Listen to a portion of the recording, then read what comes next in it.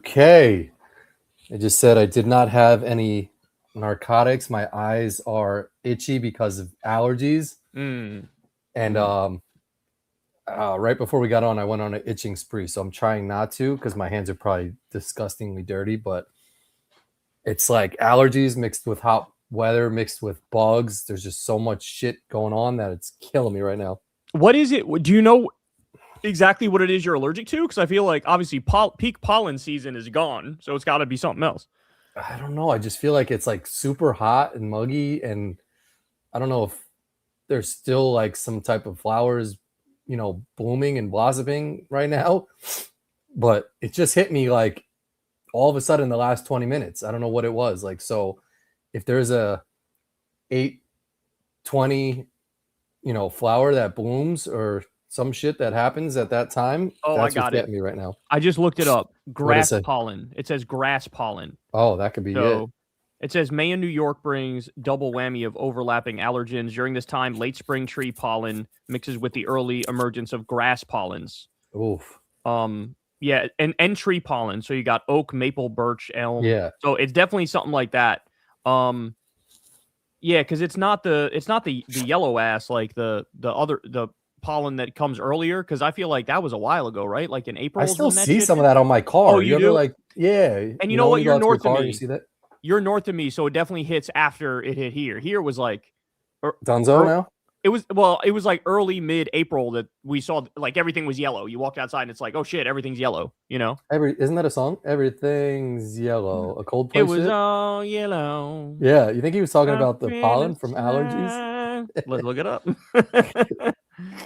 Yellow song. Unless he was wearing the yellow glasses. Do you still wear your shits? Oh, I do. Yeah, I just don't have them. They're in the car right now. Yellow is a song by Coldplay. Imagine it was about pollen. Coldplay. Bro, Yellow, maybe it is. It says, and no, it's a love song. Yellow reached number 4, blah, blah, blah. But why was it yellow? Was Background and inspiration. Yellow was written by whoever.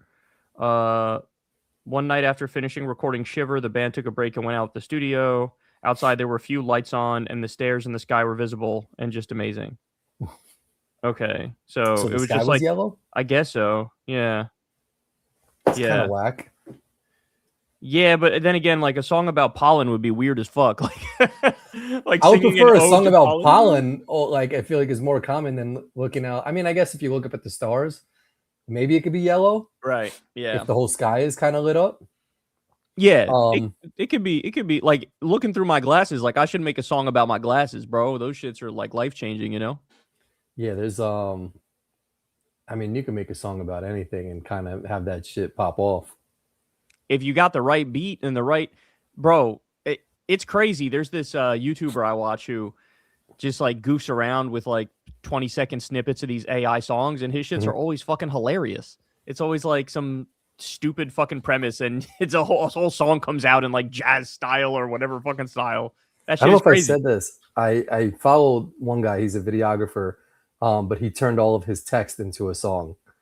He turned it into like a punk rock song. Like him and his wife, she texted him something. All of his text. Yeah, see, that's people do shit like that. That shit. It was actually like pretty catchy. It was like, yeah, they could. I mean, they can do that shit, you know. Yep. But at the same time, like that's why we're about to like ruin the world with all these data centers, is so that you know. Or you could put like big ass titties on Scooby Doo. There's some pervert that's doing that, and like that's why our light bills are going up like 80%. You know. Is it actually true that thing in Nevada, like they're stopped bringing power to a town because they're gonna put that shit towards apparently it's like half true because it is happening, but there's also like some other companies gonna pick up the slack and cover them. You know what I'm saying? Yeah. So it's not like they're like fully losing power, but it's still kind of crazy. The thing that's really true crazy, in the sense that they're taking some away to like give to the data. Yes. And like in Utah, they're trying to build like a big ass data center that's like, you know, double the amount of power that the state already uses, and like none of them want it in Utah, but like some billionaire asshole is like forcing them to have it. It's very crazy. It's very disgusting the way this shit works. You know. Christ. So you had a finger injury. I got my cast off. Yeah. How's your shit doing? It's crazy because you still got like that's kind of like a cast still, you know. Yeah, and this is even less than what he gave me. So you talk about our healthcare system. I go to my doctor, and first off, you have to wait dumb long for the doctor. I waited 40 minutes like in the doctor's room for the doctor to come in. Yep. Which is That's just right. like, I get it. He has other patients and shit like that, but don't call me to the back if the motherfucker's not ready. I'd rather sit in the waiting room and be like, no, it's not ready. Call me to the back when it's ready. So I waited mad long for him to come in the room. So I'm tight. And then he comes in, takes my cast off, and like my hand was like all orange. Like it looked like Donald Trump. Like this is not even bad. Like this, there's a little, some of it right there. And it's mad dry. So he takes it off. And my thumb is mad swollen. He takes the pins out, and then he gives me like this like diesel looking cast. Like it covered my whole hand and like went all the way down to here. I'm like, what's the point of even taking the cast off? You know, if you're just right, giving me yeah. this, If you're just gonna give me a new cast, like what is the just point? giving me like a new shit. So anyway, he did all that. He put me in that shit, and then I walk out the room, and literally right there is a lady at the computer. She's like, "Can you sign right here for this brace? It's $350." I was like, what? Like there was no like. I actually had this cast on me. Like I went on Amazon and I bought this for like $20. I didn't say that, but I walked out the room and literally just had me sign. And then after she was like, "Oh yeah, we're gonna try and put it through insurance." But like it was $350 for some arm brace thing, which is just absurd. So it was diesel. So then I got home and I had this one, and this one like let my hand breathe a little bit more and covers my thumb pretty well. So I've been wearing this one, and I feel my hand getting stronger, which is crazy because when he first took it off, I was like, I'm never gonna be able to move my thumb again. But now, like every day, like I it gets a little better. Yeah, like move my hand a little bit more and stuff like that. But I realize how many people I have 1 month until I go back and see him. But that's like when I should hopefully be able to do more with my thumb. So wait, did you have to pay the thing, or did you say fuck it, I got my own, I'm not gonna pay? I don't want. No, I mean I signed and I paid. Like they took it out the box already, and like they didn't even give me the box if I wanted to return this shit. Like it's kind of like they cornered me into just signing my name and like keeping it moving. Paying $350. That's so fucking crazy, man. Because like you said, if you're wearing that shit and it was $20, like you could have just went and bought one yourself. Or like if you tell me ahead of time, hey, instead of like we're buying this cast for $350, like go on eBay and just find the shit for $10. Like that same cast is somewhere for less than $350. Yeah, totally. So for my shit, and for people who can't see, I know I always wear band-aids on my fingers, but that's because I hit a lot of golf shots and have to like cover the blisters basically. But this one is actually not for that. I didn't tell my audience this yet, but this was it was like 10 o'clock at night. Finger. Yeah, it's my left index. So it was like 10 o'clock at night. I always go at the end of the night. I always like close all my my curtains and go to bed. And so the problem is one of the curtain rods, like it doesn't fit right. Like the curtain rod's too big and the curtain like hole is too small. So like it requires a little bit of like, you got to like sort of fight it a touch to get it to close. You know what I'm saying? And so wait, it's the window shade. Yeah, it's like a curtain. It's like a curtain. Okay. Yeah, like I close it and then it's like a blackout shade type shit. Got you. Yeah. And so I was pulling it, and then I pull it a little bit, and the big ass, heavy ass curtain rod falls.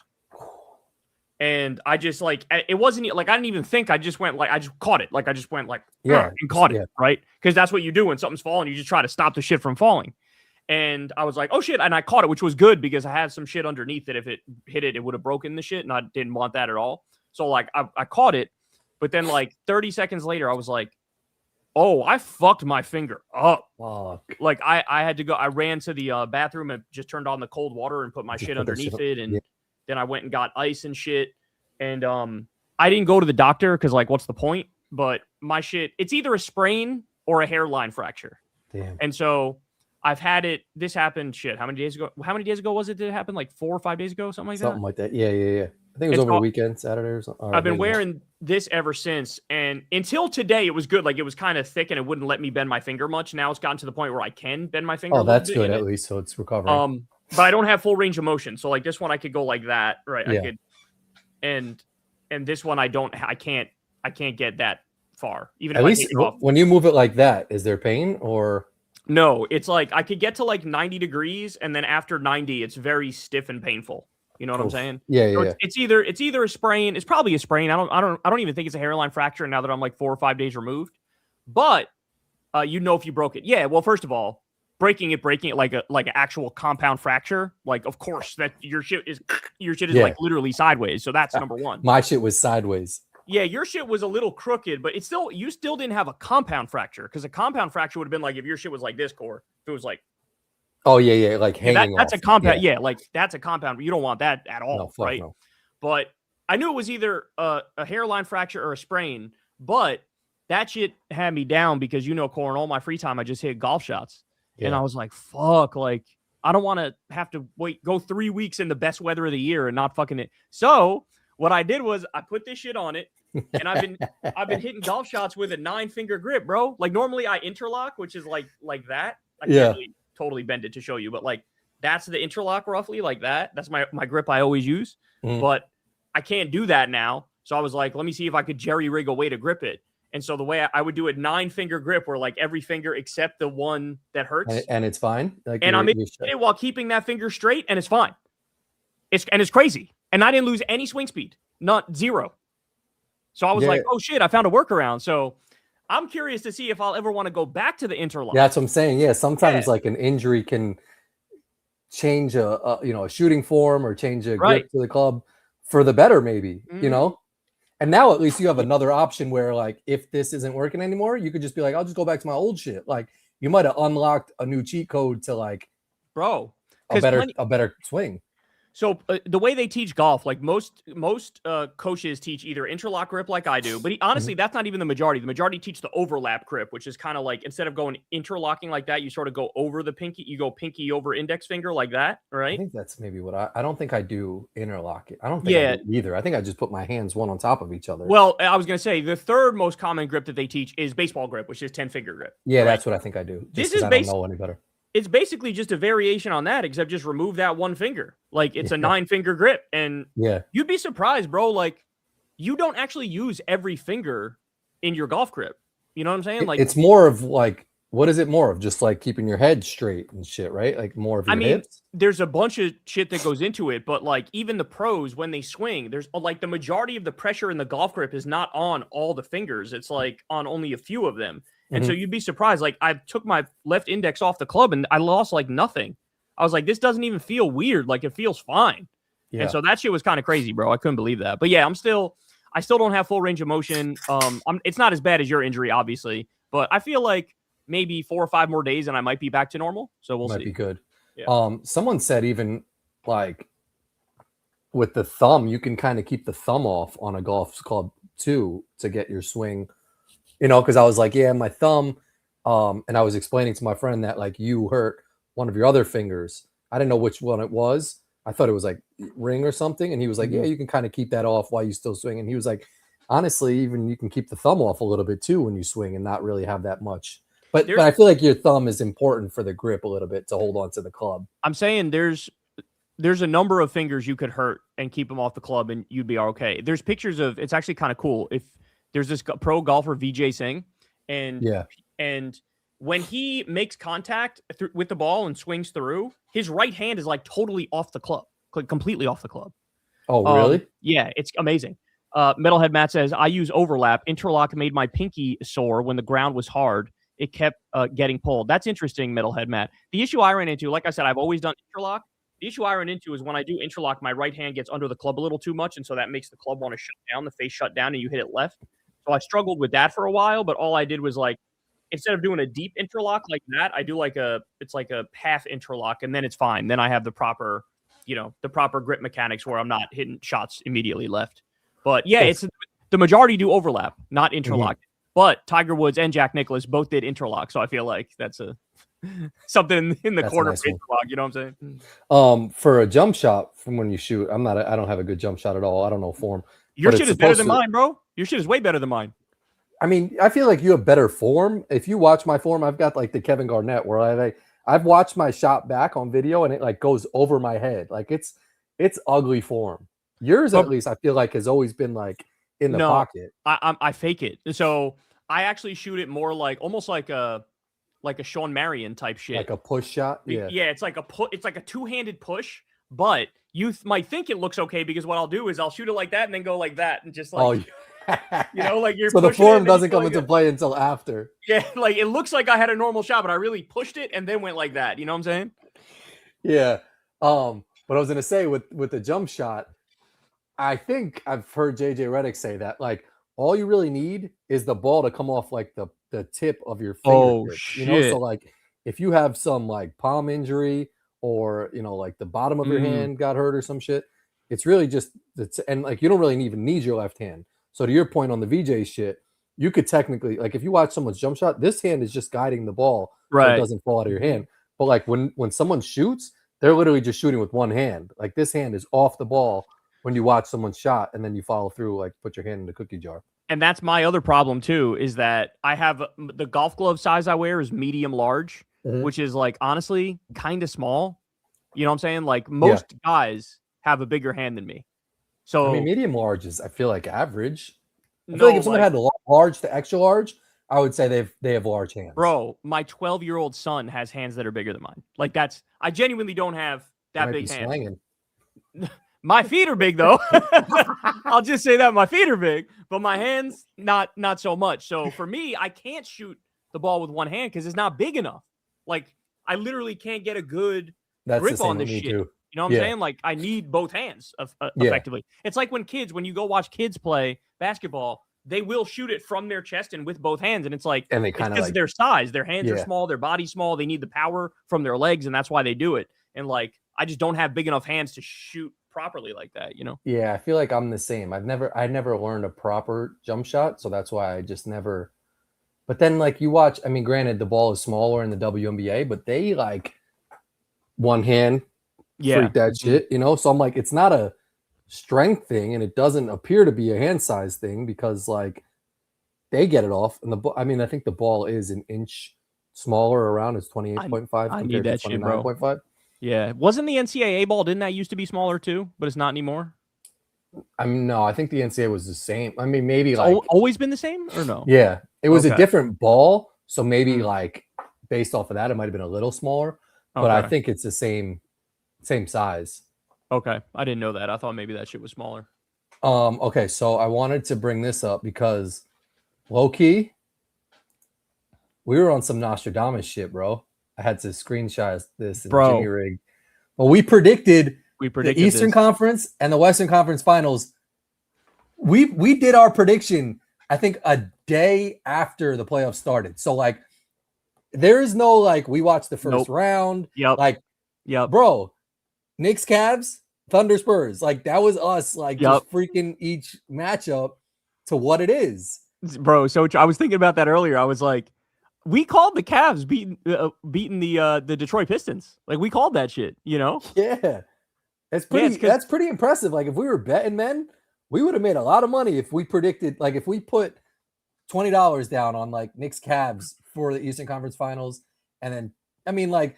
Spurs Thunder still wasn't like, I mean, it was more predictable. It became obvious, like at the beginning of the playoffs, I feel like everybody would have predicted that. But in the Eastern Conference, no. I feel like a lot of people would have the Knicks in the finals, in the Eastern Conference Finals, but I don't think many people would have picked the Cavs also. You know what I'm saying? And the Knicks even maybe not even because everyone thought Boston was going to win. Right. That's true. Yeah. No, you're right. I mean, the Cavs are going up the Pistons, like, and even the Western Conference, like, I mean. How do we do there? How far off are we there? I know I fucked up on some shit in the West, right? We had the Timberwolves. I think we predicted the Timberwolves beat who? They had to beat Houston? Yes, they beat Houston. Wait, no. Oh, no, the Lakers beat Houston. Lakers lost to OKC. Timberwolves beat 2026 NBA playoff bracket. Who did they beat? They just played them. The Nuggets. They beat the Nuggets. The Nuggets. Yeah, we might have picked the Nuggets. I definitely picked the Nuggets. I think I picked the Nuggets. But regardless, people don't need to know that. We predicted the fucking Eastern and Western Conference Finals to a T. So now we said. But wait, I also picked the Lakers beating the Rockets, though. Yeah. I picked the Lakers beating the Rockets. That's a beast upset, too, because everyone probably picked the Rockets in that series. Yeah, now to be fair on that one, I do think I saw the first game though, and the Lakers won, right? So I had a little bit of a, but I still said that shit. Yeah, we did. Yeah, we definitely did it after one game, but it might have been like the Knicks game or some shit. I don't know. Regardless, but the only shit we really got wrong was the Nuggets. I thought the Nuggets would go further. But this is still impressive. It is genuinely impressive, yeah. And so we also the rest of the prediction.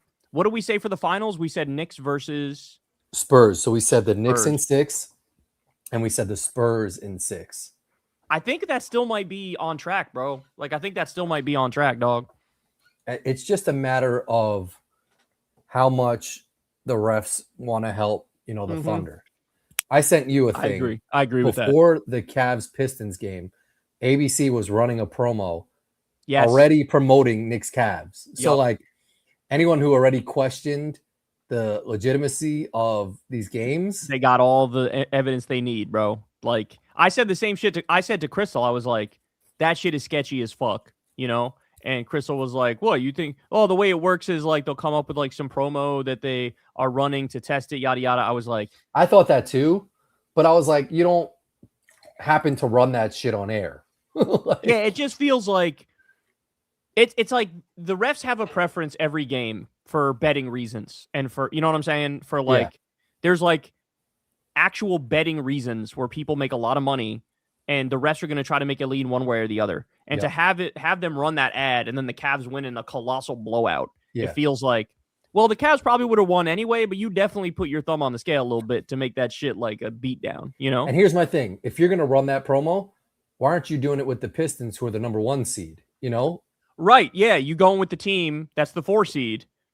And Harden has a history of blowing game 7s, and you did it with, I feel you, bro. Like, you said it forever that there's, and you, 2006, that they caught that ref who was cheating the shit. Like, this isn't crazy theories here. This is like Occam's razor that this shit happens all the time, Yep. So, all right. So we've got Spurs in 6. We've got, I think, and call me crazy. I'm not going to, but I know what you're going to say. Well, I think the Knicks are going to sweep the Cavs. I knew you were going to say something like that. I thought maybe you'd say the Cavs get one game.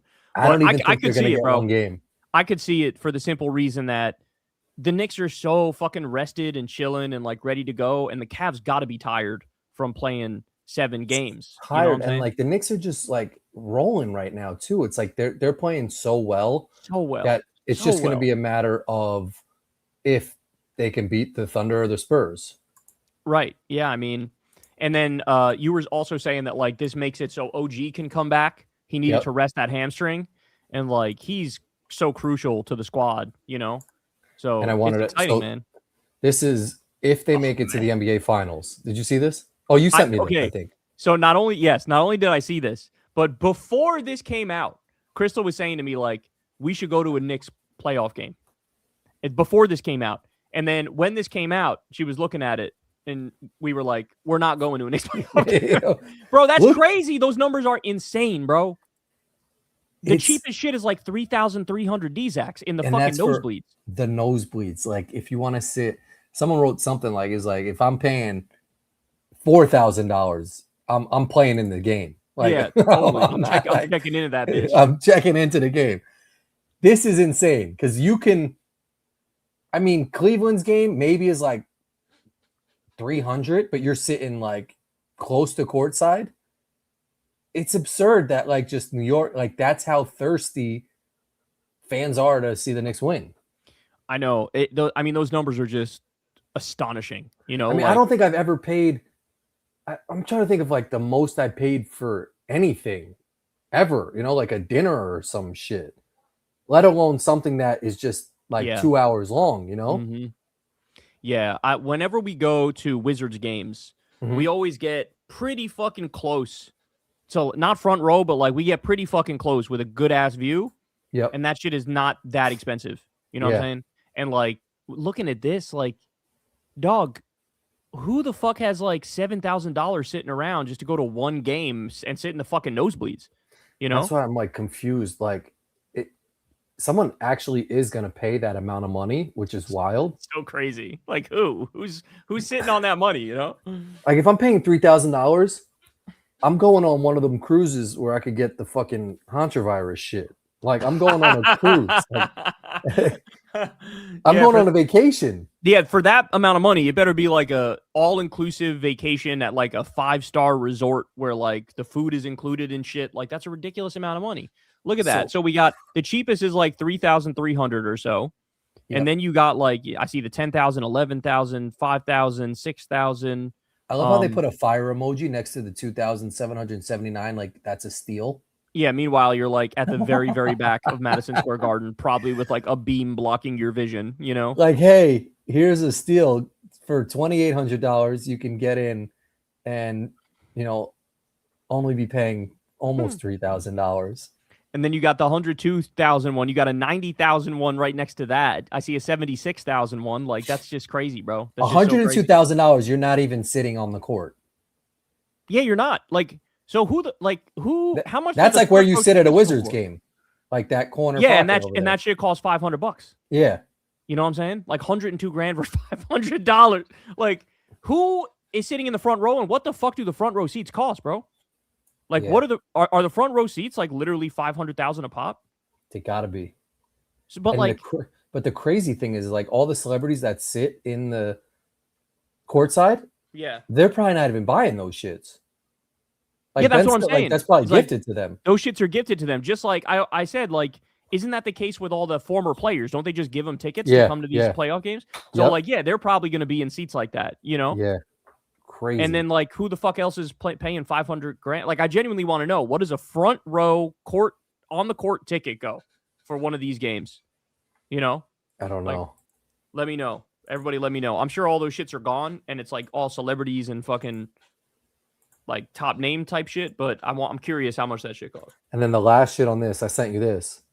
But anyone who knows what the LIRR is, the Long Island Railroad, they're on strike right now. The last time they were on strike was 1994, which is a wild stat. Like, I don't know how often their contracts are up, but like, what are the odds that like the last time they were on strike was the last time the Knicks made it to the finals? I know, right? And then 2026, same shit. And there was some other shit too you showed, right? Like there was some the last time the World Cup was in the United States in 94. Yep, there you go. And it's the same shit now. So and what was remember the stat we said last year that like every team that got knocked out when the Knicks got knocked out made it to the conference finals the next year? Yeah. Or it might have even been made it to the finals the next year. Was it the finals or the I think it was finals. I think it was fine. I think that's right. So we'll see, man. We'll see. I mean, I don't want to count my chickens before they hatch, or however the fucking saying goes, but we shall see, you know. I think tonight is game 1 of Spurs, if I'm not It's mistaken. Actually, it's on right now. It's on right now. It actually it started at 8:30. I like tip off right when we started out the show, I believe tip off was happening. And right now the score is 23-22. Spurs are up by 1 point. Yeah, that's gonna go 7. That's gotta go 7, right? It depends on the refs, bro. It depends on the refs, like you said. But I mean the Spurs beat beat OKC, what was it, 4 out of 5 times in the regular season? So like they kind of got their number a little bit. And we beat the Spurs in the NBA Cup. Yep. So, I mean, shit, it's all fucking unfolding, dog. It's all fucking unfolding. We had a winning record. If we played, I believe we beat the Pistons. We were like 4-0 against the Pistons. Yeah. And we were like 4-1 against the Cavs in the regular season. So like no matter who we were up against in these conference finals, we have a winning record against them from the regular season. Yeah, they were saying Donovan Mitchell, it's like a homecoming for him because he's coming back to New York. He's from Westchester, actually. Oh, is he really? Yeah, he went to Rye Country Day School or something like that, or no shit. Some shit like that, yeah. Wow. He's a Westchester guy. I didn't know that. That's crazy. Yeah. What else? I've got this. I wanted to see your thoughts here. I don't know if you saw this, but the world was like going crazy because Swatch had some collab watch with like some fancy ass brand. I did not see this, no. And like everywhere in the world was like going to Swatch stores and like it was fucking chaos. And these are the watches. So I don't know how much they go for, but it was the brand is, I don't even know the brand. Admiras Piguet or some shit. And Swatch like did a collab watch, and it's been going crazy. So every Swatch store, malls, and it's not even a real watch. It's like one of these things like that just go on your waist, like a waist watch thing, which I don't think has been cool for a while. Yeah. Would you buy one of these fucking watches? Nah, definitely not. Definitely not. They're kind of cool, but like, definitely not. Is there like, anything I was thinking that you would like wait online multiple hours for to go see if like a new golf club came out or some shit? Like if there was a driver or some shit? Nothing. No, the only thing I'd wait, if I had to wait online for hours to go play Augusta National Golf Club, I would do that, where they play the Masters. That's the only thing I would actually like wait on a line for. There's literally nothing else I'd wait on a line for. You know what I'm saying? Yeah. Like, it just seems like you have to be obsessed. Like, I love fragrances. I collect fragrances. But like, if a new shit comes out and I'll just wait a year until I could get that shit on a discounter for like half the price and not have to wait on a line. You know what I'm saying? Like, even if it's like the most hyped up shit that people love, like, all right, I'll still chill on it for like a year or two, and then I'll buy it cheaper at a discounter, you know? Yeah, I don't get the whole... People do that with electronics, dog. You know that. Like, people, they'll do it with like a new iPhone and shit, you know? I mean, they do it at Walmart for like Black Friday sales. Oh, people do it for Black Friday. They don't fuck around. But I feel like you don't even get that good of deals, you know? Like, you're running in blind, not knowing what you're even going towards. And people just run up to a TV and just grab that bitch, and like, it's not even that much of a discount. Yeah, see, that's the thing. Like, if they're given, I don't know, maybe if they're doing like 50% off or some shit, I could see people waiting on a long ass line. Because like, if you're saving 50%, that's a deal. But to your point, I don't know, man. I do feel like I don't think they go that deep anymore on what's it called again? Black Friday. I almost called it Good Friday, but that's the religious shit. Someone tried to play me like they said AP, like I'm supposed to know what this brand is. Like, I didn't even know what it was. And the fact that everyone wanted this shit was like, if you can't even spell the shit out, bro, you can't get mad at me for not trying to. Did I tell you, Chad will like this fact? I don't know. I don't know if I said it before to everybody. I may have, but I was like, it was like last year when I learned that Louis Vuitton and Louboutin are not the same thing.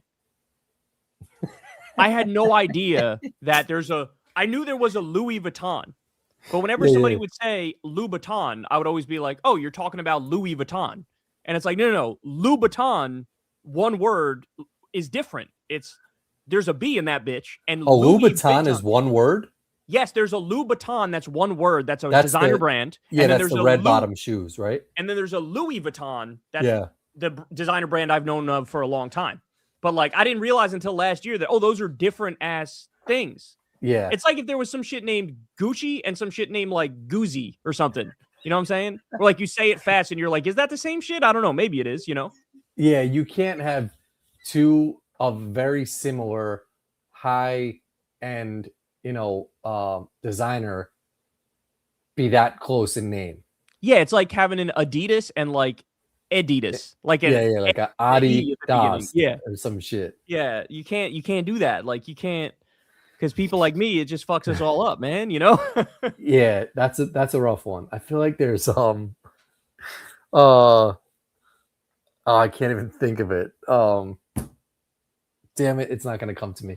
But yeah, no, I always thought that the same brand, there's Polo, and then there's US Polo Association. Yeah. Which has a similar ass horse as their logo shit, but it's completely different. Like, if you wear the US Polo Association shit, it's like the cheaper one. Yeah. The OD cheaper shit that like it's not even close to Polo. Like, Polo's dumb expensive. The US Polo Association, like, that should be, when I think of copyright infringement and like, lawsuits for logos. But I think it was on purpose with them. So in the same way, hear me out, in the same way that there's an Armani and then there's an Armani Exchange. Armani Exchange is the cheap version. Armani is the expensive version. Oh, wait. And I think there's also a Giorgio Armani, like the there is and shit. Yes, but all of them are the same, part of the same group of companies, I think. And like, there's a level of like, if you get Armani Exchange, that's the cheaper shit. But if you get the Giorgio Armani shit, that's next level. That's expensive. And by the same token, I think Polo and U.S. Polo Association is the same shit. I think it is, but maybe I just made that shit up now that I think about it. You know what I'm saying? Like, well, because look, there's I found this out later in life that there's like Banana Republic, Gap, Old Navy, like tiered out. Like those are all the same olive branch. You know I was wrong, by the way. You know that? Yeah, different shit. I made that shit up completely. No, that's it. I mean, that was just in my mind my whole life, bro. I was dead wrong. And that's why I'm saying, like, that needs to be like they came at that. LeBron James's son because his logo looked too similar to like some golf brand or some shit. Like he had a B and a 9, and it didn't even look anything like the brand. Okay. His logo actually was kind of fire, but then it was like a trademark infringement because the company said it looked too similar to the golf shit. The U.S. Polo Association and U.S. Polo, that to me is some like, they're wild. Nah, you need to change that shit up. Yeah, they're wilding. That's crazy, dog. You can't do that. That's crazy. Because I see. I mean, it's like having Lacoste, and then having like a different shit with a gator on it. You know that like looks similar. Yeah. But the gator is like got some water underneath it or something like that. I think the U.S. Polo Association is a horse, same shit, but it just has like the USPA under it or something like that. I feel like it's got something to do with the what's that sport called where you hit the thing when you're on the horse? Fuck. Polo. Yeah, but I mean what's the racket called? What's the big stick called with the hammer at the end of that bitch? Is that just called a polo stick or some shit? I think it might just be a polo stick. All right, U.S. Polo Association. Here we go. I'm looking it up right now. I want to see the logo. U.S. Polo Association. Yeah, so it's got the stick on that bitch. I was right. So like, they're riding on a horse and it's got the stick, and that's the U.S. Polo Association shit. But the other one is just the horse. But the polo symbol, I'm about to look that bitch up right now. No, that one also has the stick, bro. The stick is in both them bitches.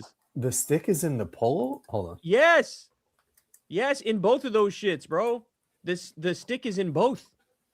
So I'm trying to look at the difference. The difference is there's 2 people in the U.S. Polo Association shit. All right, here we go. Oh, my word. They did really just knock the shit off. OD, bro. It's literally like 1 person on a horse for polo and 2 people on horses for U.S. Polo Association. Yeah, that's OD. And they're 2 totally different brands. Yeah, they ripped their shit off hard, man. I'm surprised they didn't sue over this shit. Look at that. That's crazy. All they did was add another with the stick. Shit. Like, what the fuck? That's wild. Crazy. That's wild, man.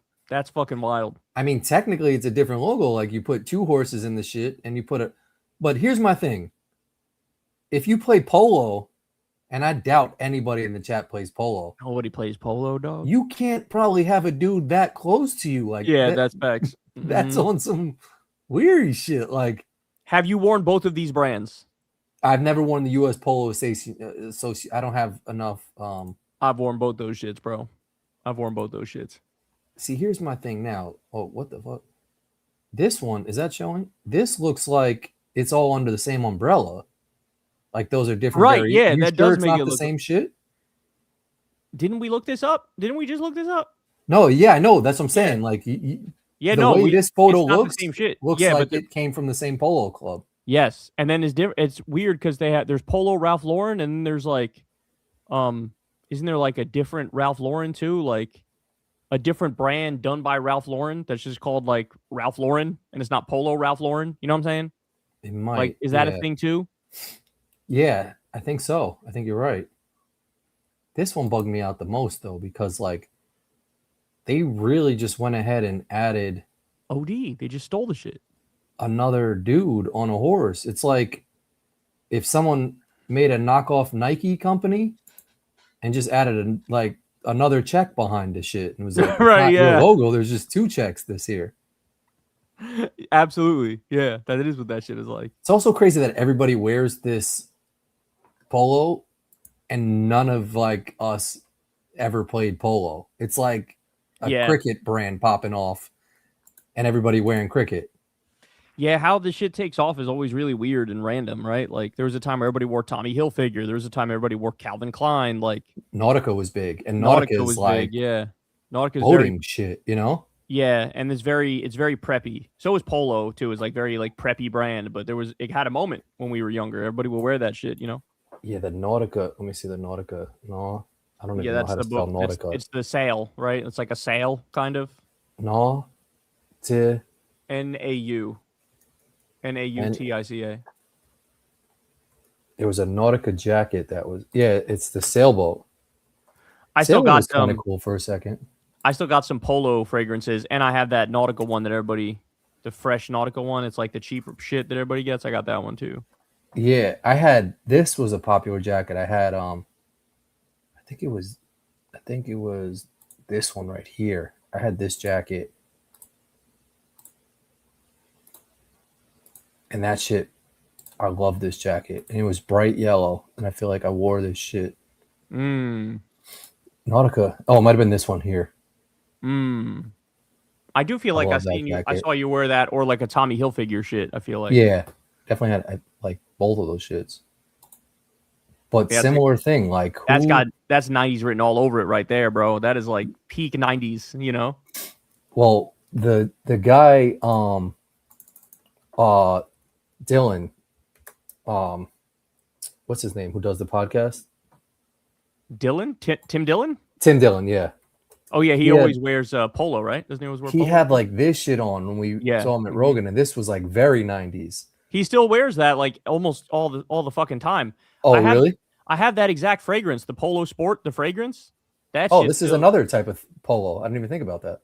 Yeah, and Polo Sport, the fragrance still hits, bro. Like it's a 90s fragrance, and I feel like it didn't get any weaker over the years. Like it still smells good, man. Like if anybody out there is looking for like a cheap fragrance, Polo Sport is a good ass cheap fragrance that most don't confuse it with like I think, and I'm pretty confident that the U.S.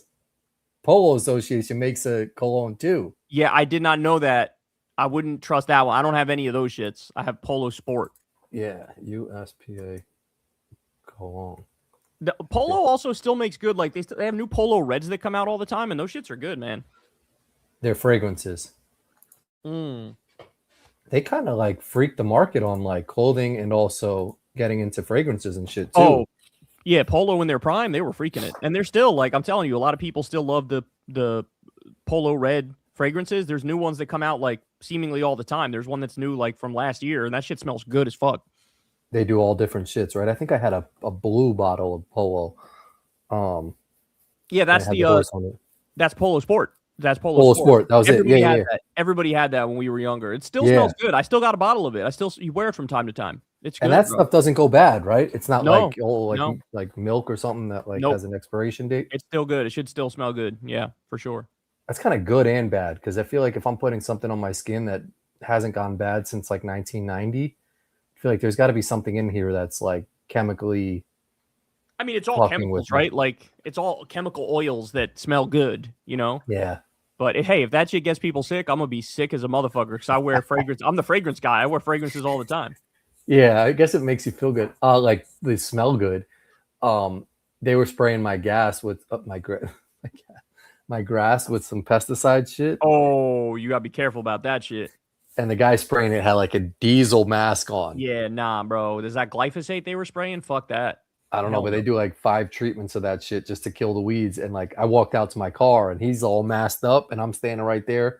I was like trying to hold my breath, but I was like, this can't be good. No. He's wearing a mask and I'm standing right next to it not wearing a mask. I'm surprised Molly didn't say like, y'all better fucking stop that. We don't want that shit. Molly would. Oh, she was the one who told me to get the guy to call the guy because it kills the weeds or whatever like that. But Molly's health conscious and all the fucking our grass was OD with just weeds and like those like yeah, but you can't if they're using glyphosate though. You got to use some shit that's not gonna fucking poison whatever's in the ground, bro. Like that shit is not safe, dog.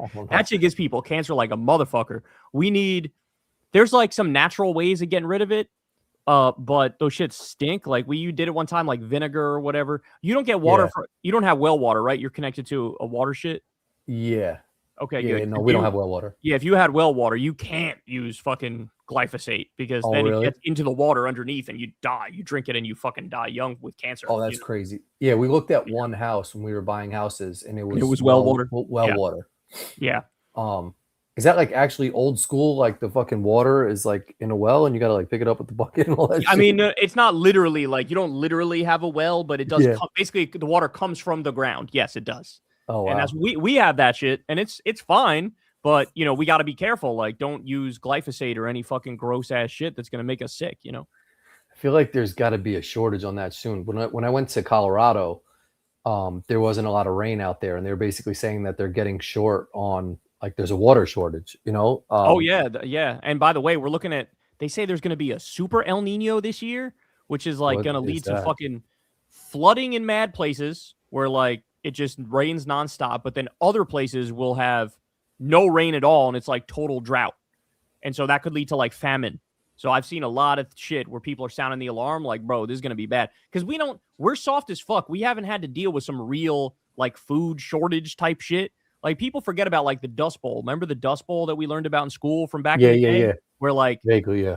We just like, they couldn't grow enough food and like nobody had jobs and like, it was just like hell on earth for a little bit. And now they're saying we could have some Dust Bowl ass like conditions that are coming because of climate change, because of the fertilizer shortage, because the Strait of Hormuz is shut, because of the gas crisis, and because of this super El Nino shit. So it's fucking ugly, bro. Like, it's bad. It's not good, you know? Well, when I was in Colorado, my sister lives like on I think it's a lake. And the water had gotten so far back that you could see like dead fish in the water. Oh my word. That's crazy. Because there was no rain. And like they're really worried about a drought out there. And she said, I think today it was raining, which was good. And they had a snowstorm a little bit, you know, a month ago. But I mean, even here today in New York, dude, it was like 84, 85. No, it was like 99 degrees. Oh, it got that hot for you too? Jeez. I mean, that's what it said in my car. I don't know how accurate the car is sometimes because I think it. Oh, yeah, that was like the inside temperature probably. I think it was like 84, 85. It was warm here. It was like 93 here, you know? It felt like it was 200 degrees today. I don't know what the fuck it was. And it made me think, I was like, it's too hot. And it, like I forgot how hot gets. Yeah, and it's May. It's not even like July or August right now, you know? I know. That's what scares me is like it was hot and muggy today. And I was just like, this is like some end of the world shit. Like I need it to be cold again. Well, you got a long time to wait now, dog. You're going to have to wait all the way until like November before you feel what you want to feel, you know? Even October's now are hot. Octobers are warm now, you know? Yeah, I know. It's fucking scary. I got a couple more things for you. I wanted to see if you saw this shit. I have a picture here. Because he was getting clowned a little bit. But I thought low-key he kind of looked good. Did you see John Travolta recently? Oh, yeah, I did see this. They were saying he looked like Jack Harlow. Low-key, he doesn't look bad. I mean, the issue, I agree with you, he doesn't look bad, but the issue is like, bro, you're like 70-something years old, dog. Yeah. Like, you got to stop trying so hard, you know? Like, when you're that old, you can't care about your looks that much. That's just not okay, you know? Yeah. Like, so here, let's say he can keep the glasses, he can keep the facial hair, he can keep the suit, but you got to drop that hat. You're not a fan of the beret shit. Nah, like you can't have that shit. Like, what are you, a French pedophile? Is fucking ridiculous, you know? Like, what is this? What is this look? What is it? What are you trying to do here? You know? So let me ask you. I don't know where this or when this photo was taken of Jack Harlow, but is he okay wearing that shit? Whatever the fuck that is? Hell no. Okay, good. Hell no. No, not a chance, dog. Look at that. That's horrible. That's a mess. No, I'm always confused. Yeah, like a baseball hat, I get the practicality of that shit. It's got a brim, it blocks the sun. It kind of is just something that we've known to look as like an official looking hat. But the shit he's wearing there, I don't know if that brim goes out or not. If that it's kind of hard to tell what's going on with that hat. That's so true. Yeah. Yeah. Like if it goes out a little bit, I'm still not going to give you a pass, but I'm going to still question because that shit kind of is fluffy enough on top where it kind of looks like a chef hat a little bit. Mm-hmm. Yeah, I see that. I still don't even understand. Like when you go to Hibachi or some shit and I don't know if it's like the Korean or Asian culture or Japanese, why the chef's hat like goes up. Like So what's large, yeah. So what's big. the purpose of that shit, you know? I don't know. I have no idea why they do that. Like I get like a hairnet and putting that shit over your hair so your hair doesn't get in your food. But why? I'm just really curious. Like, why does a chef hat go so high? There's definitely no good reason for that, you know. All right, hold on, let me see this shit. As everybody enjoys John Travolta's look. Oh man. Okay. So hygiene and safety, which I don't get. The main practical purpose is to keep the hair tucked away and sweat dripping from onto you. I feel like your head would sweat more. What the fuck are you talking? You had that big ass hat on. Contain the cylinder shape also helps. Oh, maybe it's if somebody has long hair, they need a big ass hat to get their big ass hair underneath it. You know, that actually that doesn't like help the height of the shit. But yeah, it would. If you have really long hair and you need to cover it, you need something that's big enough to allow your hair to be in the shit. You know, that's true. Historical tall hats were fashionable in the upper class. Yeah, that's like some powdered wig type shit though. They used to do it. They're gonna keep doing it. Like sort of silly, you know. It's like the Key and Peele skit. You've seen that shit where they wear the hat with the sticker on it, the price tag. Yes. Mm-hmm. And then the next shit is like he's got like the fucking lady making the hat on his head. Like they kept one-upping each other. Yeah. There were some good ass Key and Peele skits, man. They really fucking were amazing. Mad good. I don't know. This just seems like a lot of bullshit for the chef's hat. It is mostly bullshit. The only thing I get is you need room to fit your hair underneath it if you got long hair. But outside of that, it seems made up as a motherfucker. Like, look at that shit. At least like put your ears underneath it. It's not a flattering look. That's for sure. It's not a flattering look. Maybe we should do one of these shows wearing one of these shits. Nah, that shit sort of looks like a Klan hat too. So yeah, low key. Careful, you know, like it's not pointy at the top, but still a white hat like that. Like you're getting close, you know. I know at Hibachi, and I kind of frequent Hibachi pretty regularly. They flip the shrimp into the top of the hat, so it's impressive when they flip it that high.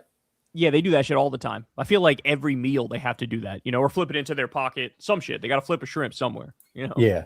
Okay. So we're I don't know. I kind of wanted to give him a pass just because I thought he was all right with it. But yeah, no, the hat is a little weary. Yeah, I'm not giving him a pass now. Bro, you're like 70-something years old, bro. You got to reel it in. I wasn't even say on his facial hair, like that shit looks like it's kind of like penciled on a little bit, you know? Oh, he definitely dyed it. There's no doubt. I mean, he's 70-something. Right? He does not have hair that's that color. You know? Yeah. There's no way. Yeah. But I mean, like that is. I didn't think he looked that bad though. No, it's just the hat is ridiculous. You look fucking ridiculous. You got to chill with the hat. But obviously, I think it's like a hair thing. Like I think he got rid of his hair, and now he's self-conscious about it. You know? Yeah. So, but like, if you're self-conscious about your hair, like, put a baseball hat on or some shit.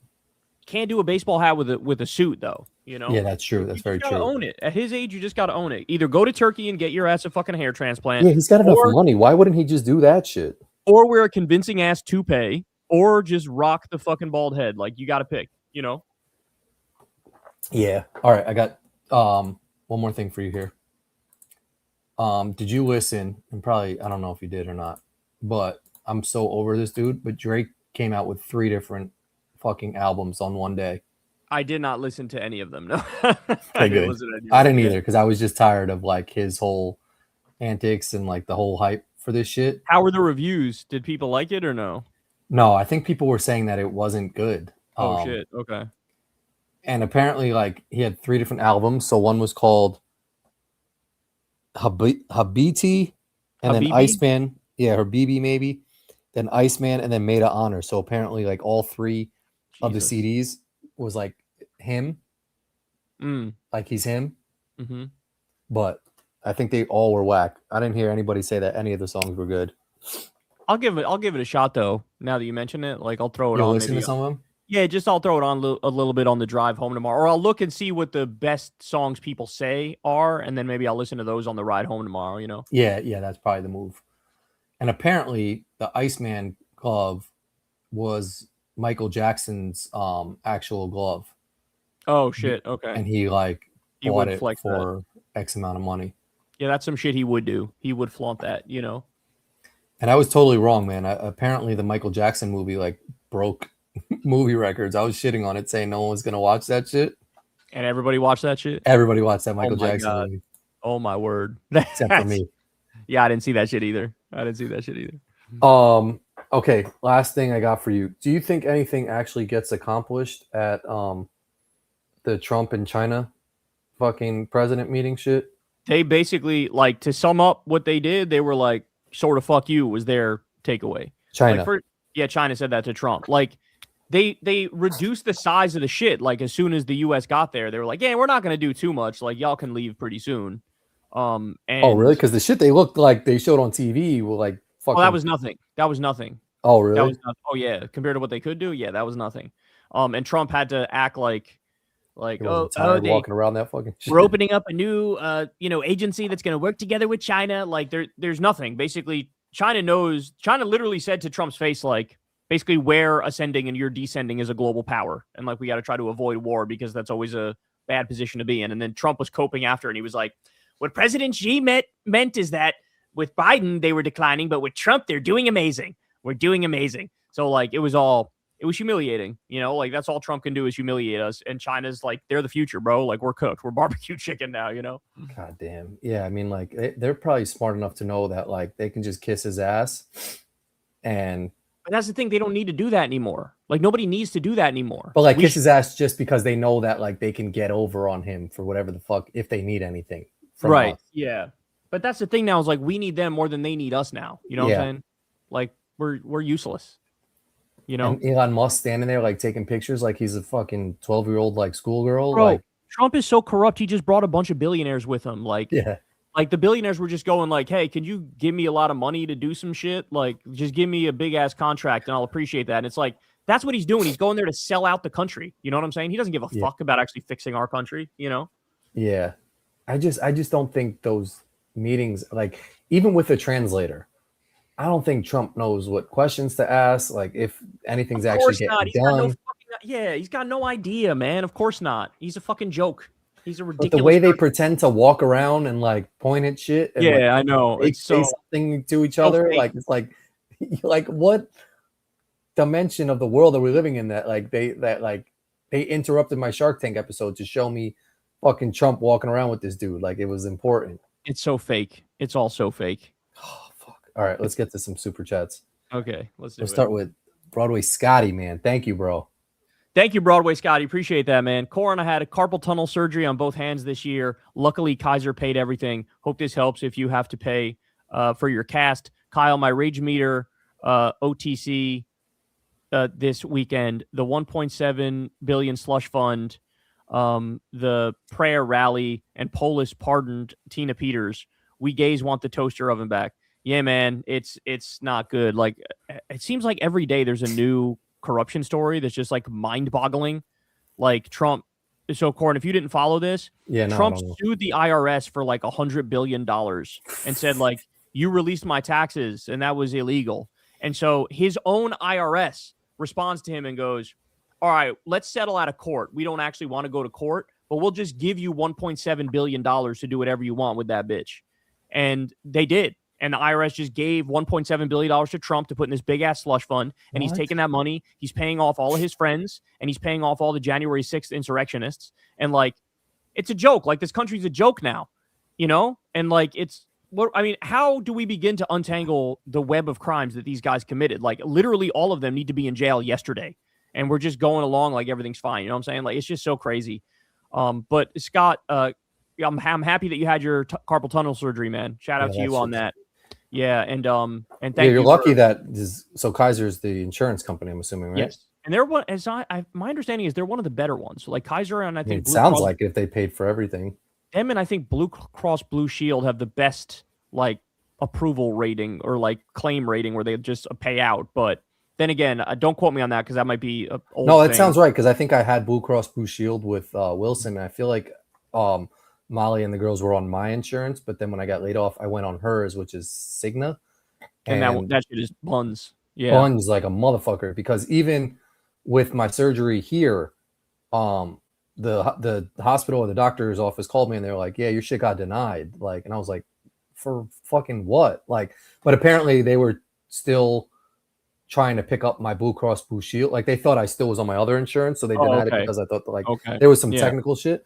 But even then, like, that was probably 2 years ago now, so they never even checked in on that bitch. And it's you know which company had the worst rating, like the worst history, was actually the one where Luigi Mangione killed the dude. Oh yeah, I believe it, because they probably were denying everybody. That one, yeah, denied the most people. They would deny people all the time. And I remember even seeing when that shit happened, like people commenting on there, like, I had, like, this is an example, like my right leg, I don't know what it was, but it was some shit where it was like, I needed this surgery for some, like shit that they had perfect reason to get. Approved. No, these companies are all, the companies are all criminal. That's like the open secret, is that, like, how do you make money as an insurance company? You deny paying out on claims as much as possible. That's how you add to your profit. Yeah. And so, like, they're incentivized to just, like, say no to everything, you know? Like, they'll pay out on some stuff, but they don't want to. So it's always like pulling teeth to get them to say yes to some shit, even if it's obvious that you need it, you know? Which is crazy, because I feel like on the flip side of that, when it comes to banks and getting a loan for like a business, I feel like that shit gets approved a lot more easily than getting approved for some shit that can save your life. Am I wrong in that regard? Well, no, because with a bank, you're paying interest. So, like, they're making money off you. You know what I'm saying? True.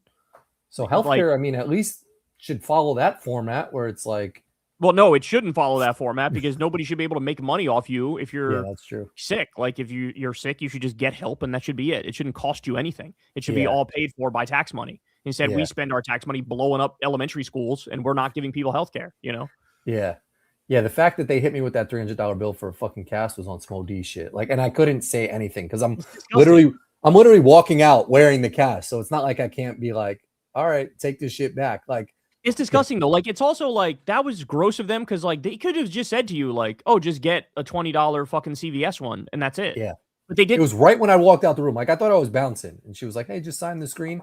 You got to pay for the cast. And she was like, it's $350. And then two ladies are staring at me, and I was like, I was thinking, like, do I have any other options? But I'm wearing the cast, and there's no other options.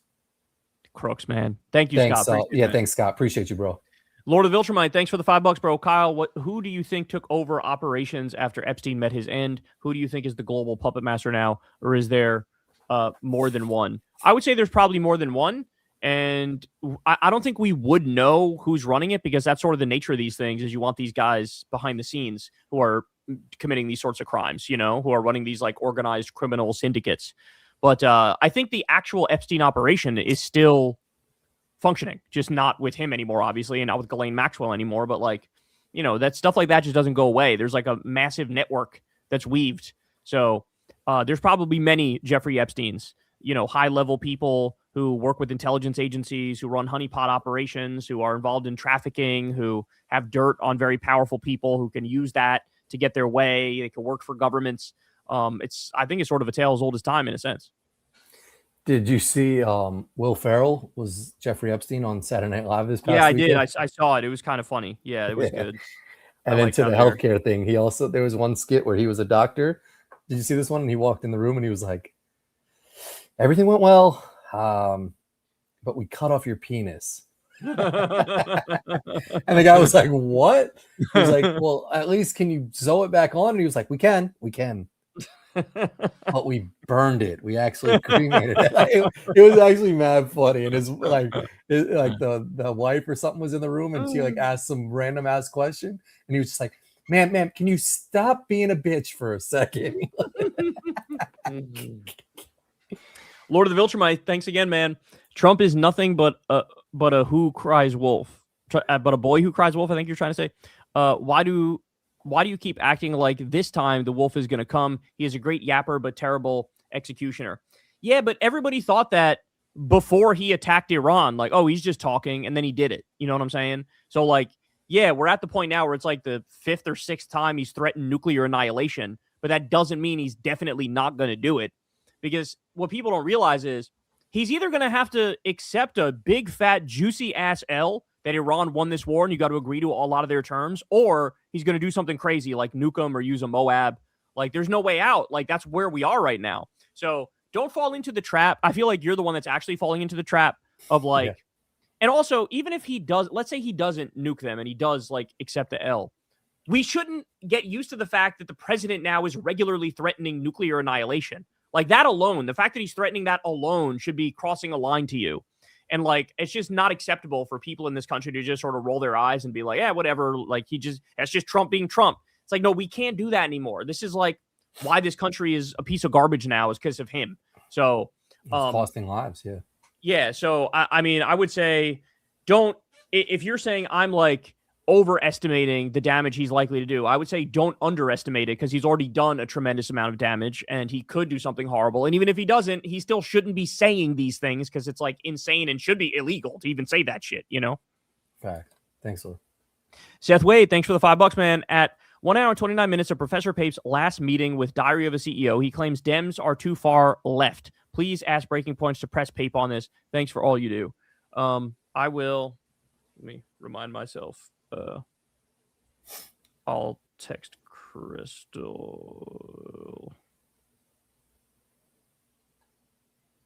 Oops, that is not my wife. Hold on. I clicked the wrong thing. Crystal.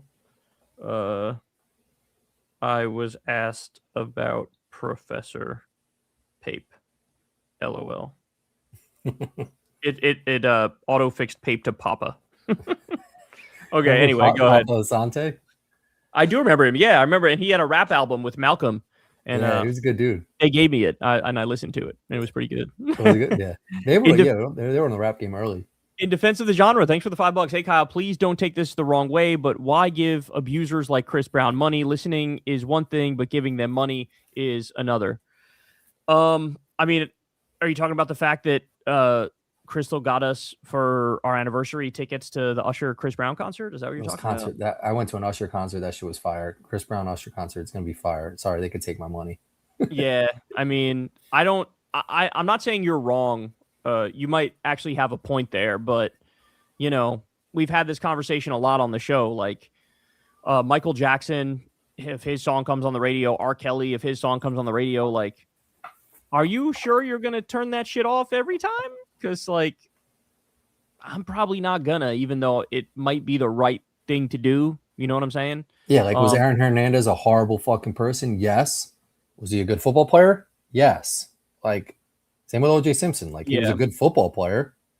I guess the argument is like, well, if you're actually paying for the ticket, then he might take that money and use it for to abuse drugs or abuse, or although I don't know if he's more likely to use it for, like, you know, his Ferrari or toilet paper or fucking groceries or whatever. But like, I get your point. I'm just saying that, like, you know, it's one of those things where the line is fuzzy enough and you're enough layers removed where, you know, it doesn't feel that bad, even though you might have a point. You know what I'm saying? Like, I don't really feel like I'm going to lose sleep over the fact that I'm going to a concert of a guy who's a fucking asshole and an abuser and a criminal. You know what I'm saying? Yeah. At least I didn't vote for a criminal. I'll say that. You know what I'm saying? Yeah. Wes Nelson, thanks for the $5. Kyle, let's keep the current trajectory of Bryson D going. Bryson DeChambeau. I actually hope he only does his shitty YouTube channel. Who does he think he is? Prime Tiger? Yeah, man. You know, it's funny. Crystal reacted the same way you're reacting. Bryson DeChambeau missed the last 2 cuts. He missed the Masters cut and he missed the PGA Championship. And he's been playing like donkey dookie ever since Liv basically folded and went under. And like, yeah, bro, you made your bed. Now you're going to sleep in it. Also, you were just at the White House with Donald Trump, coddling his nuts and doing some stupid ass fucking like presidential fitness bullshit. So like, fuck you. Fuck you. So, yeah, he's annoying as fuck. And I do think he's going to have to go back to the drawing board. Like, this is an existential crisis for him. I feel like every 4 or 5 years, his game falls apart and he rebuilds it from scratch. And last time he did the whole, like, I'm just going to be the distance guy thing. And then he won from that. So I don't know what. Well, that's what I was going to say. Like, was he ever actually even good, or did he just get his claim to fame on like being like the far driver?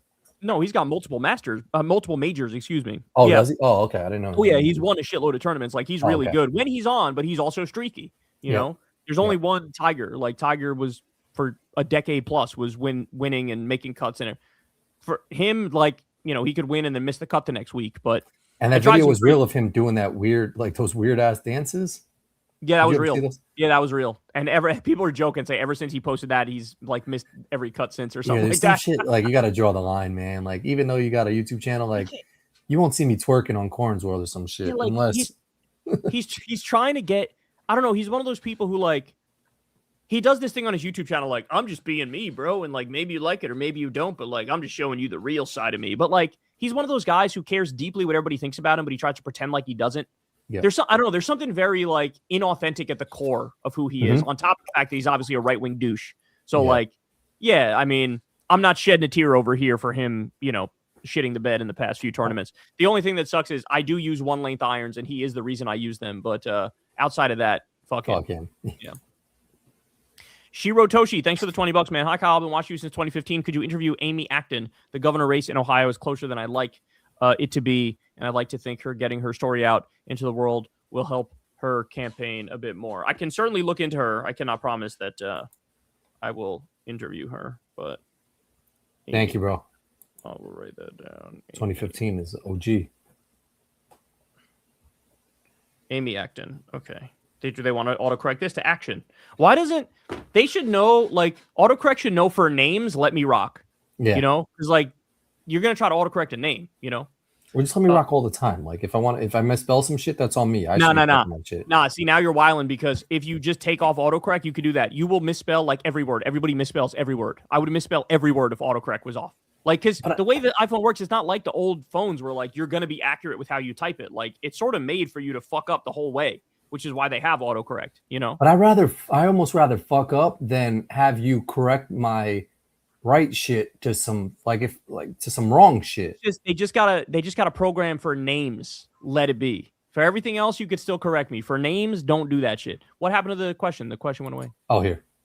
Lord of the Viltrumites, thanks for the $5, man. As Grand Regent Viltrum, I ask you, will you so kindly prepare Earth for our arrival, please? Do not make me send Conquest. I'll do what I can, but I don't think these people are willing to listen to anything, bro. Like they don't give a fuck about climate change. They don't give a fuck about illegal wars. They don't give a fuck about the Super El Nino. They don't give a fuck about Ebola or the hantavirus or any of this shit. Like we are coasting to annihilation. So, but that Super El Nino shit sounds scary as fuck. It is scary as fuck. Wes Nelson, thanks again, man. Just want to say F you to the people who drive slow on a 2-lane highway and then speed up when you try to pass them. Yeah, and that's very common, I feel like, you know? I feel like that happens all the time where they're like, what are you doing? Well, I'm going to fucking pull up fast. Like, fuck you. Yeah, people who drive in the left lane and go slow. Yeah, don't do that. Like, don't do that, bro. And also, pay attention to behind you. If somebody's coming up a little faster, like, move over to the side, bro. It's all right. Let them go by you. It's fine, you know? But also, if I'm the person in the left lane going slow, don't hit me with the, like, don't flash your shit, OD. Like, I'll see you, and I'll try to get over. Yeah, no, don't be overly angsty with it. Yeah, there's like you gotta, you know, within a 2 minutes frame, you gotta fucking scoot, you know. Yeah, 100%. Wes, thanks again, bro. How do y'all feel when you open a door for someone and walk in without saying thank you? I just want to yell, you're welcome.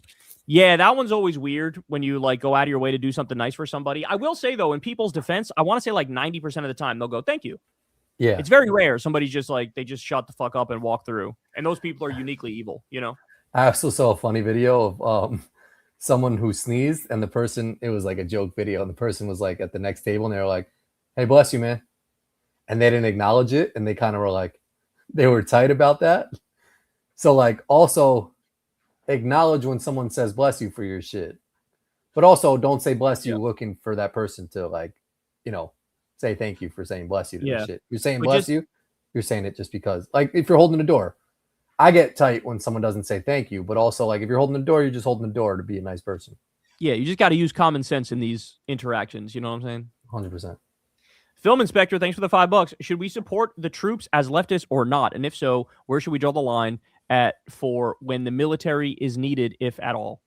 To say should we support the troops, I mean, the answer is a general, of course, in the sense that when they get back, should they have health care? Should they have housing? Should, you know, the VA be fully funded? Like, absolutely. Those things are no-brainers. Should they get their pensions and whatever else they're entitled to? Abso-fucking-lutely. So that's the answer on that one.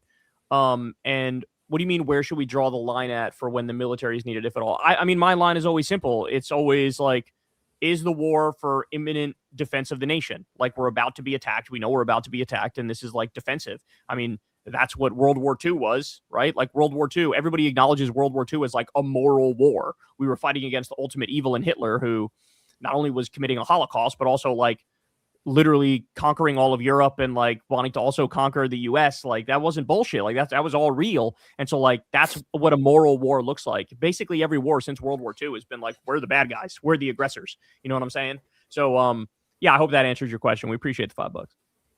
Some real news. Let's see if he's being nice or mean today. How/when will GOP noms announce their runs if Trump plays this 2028 game? Did you see how PBD pathetically tried to debunk Zoran cutting the deficit? I did not see that PBD clip, but I would like to see that PBD clip because that would be, I'm sure, be hilarious. I don't know, man. You're asking a good question about Trump. Yeah, like he clearly wants to stay in power, you know, and clearly they got a bunch of tricks up their sleeves to try to steal the midterms and 2028. But yeah, like you're asking a lot of people in the Republican establishment to put their plans on pause, whether it's Marco Rubio or JD Vance or any of these, Ron DeSantis or any of these people, Ted Cruz, like they all want to be president. And so, yeah, I don't know. It would be very interesting. I actually think it would be helpful if like all of these the sooner those Republicans announce that they're running, the better. So that it sends a message of like, dude, don't even consider it. There's like 20 Republicans running. All of them are going to say you're stealing it if you actually try to steal it. Like that would be a good thing.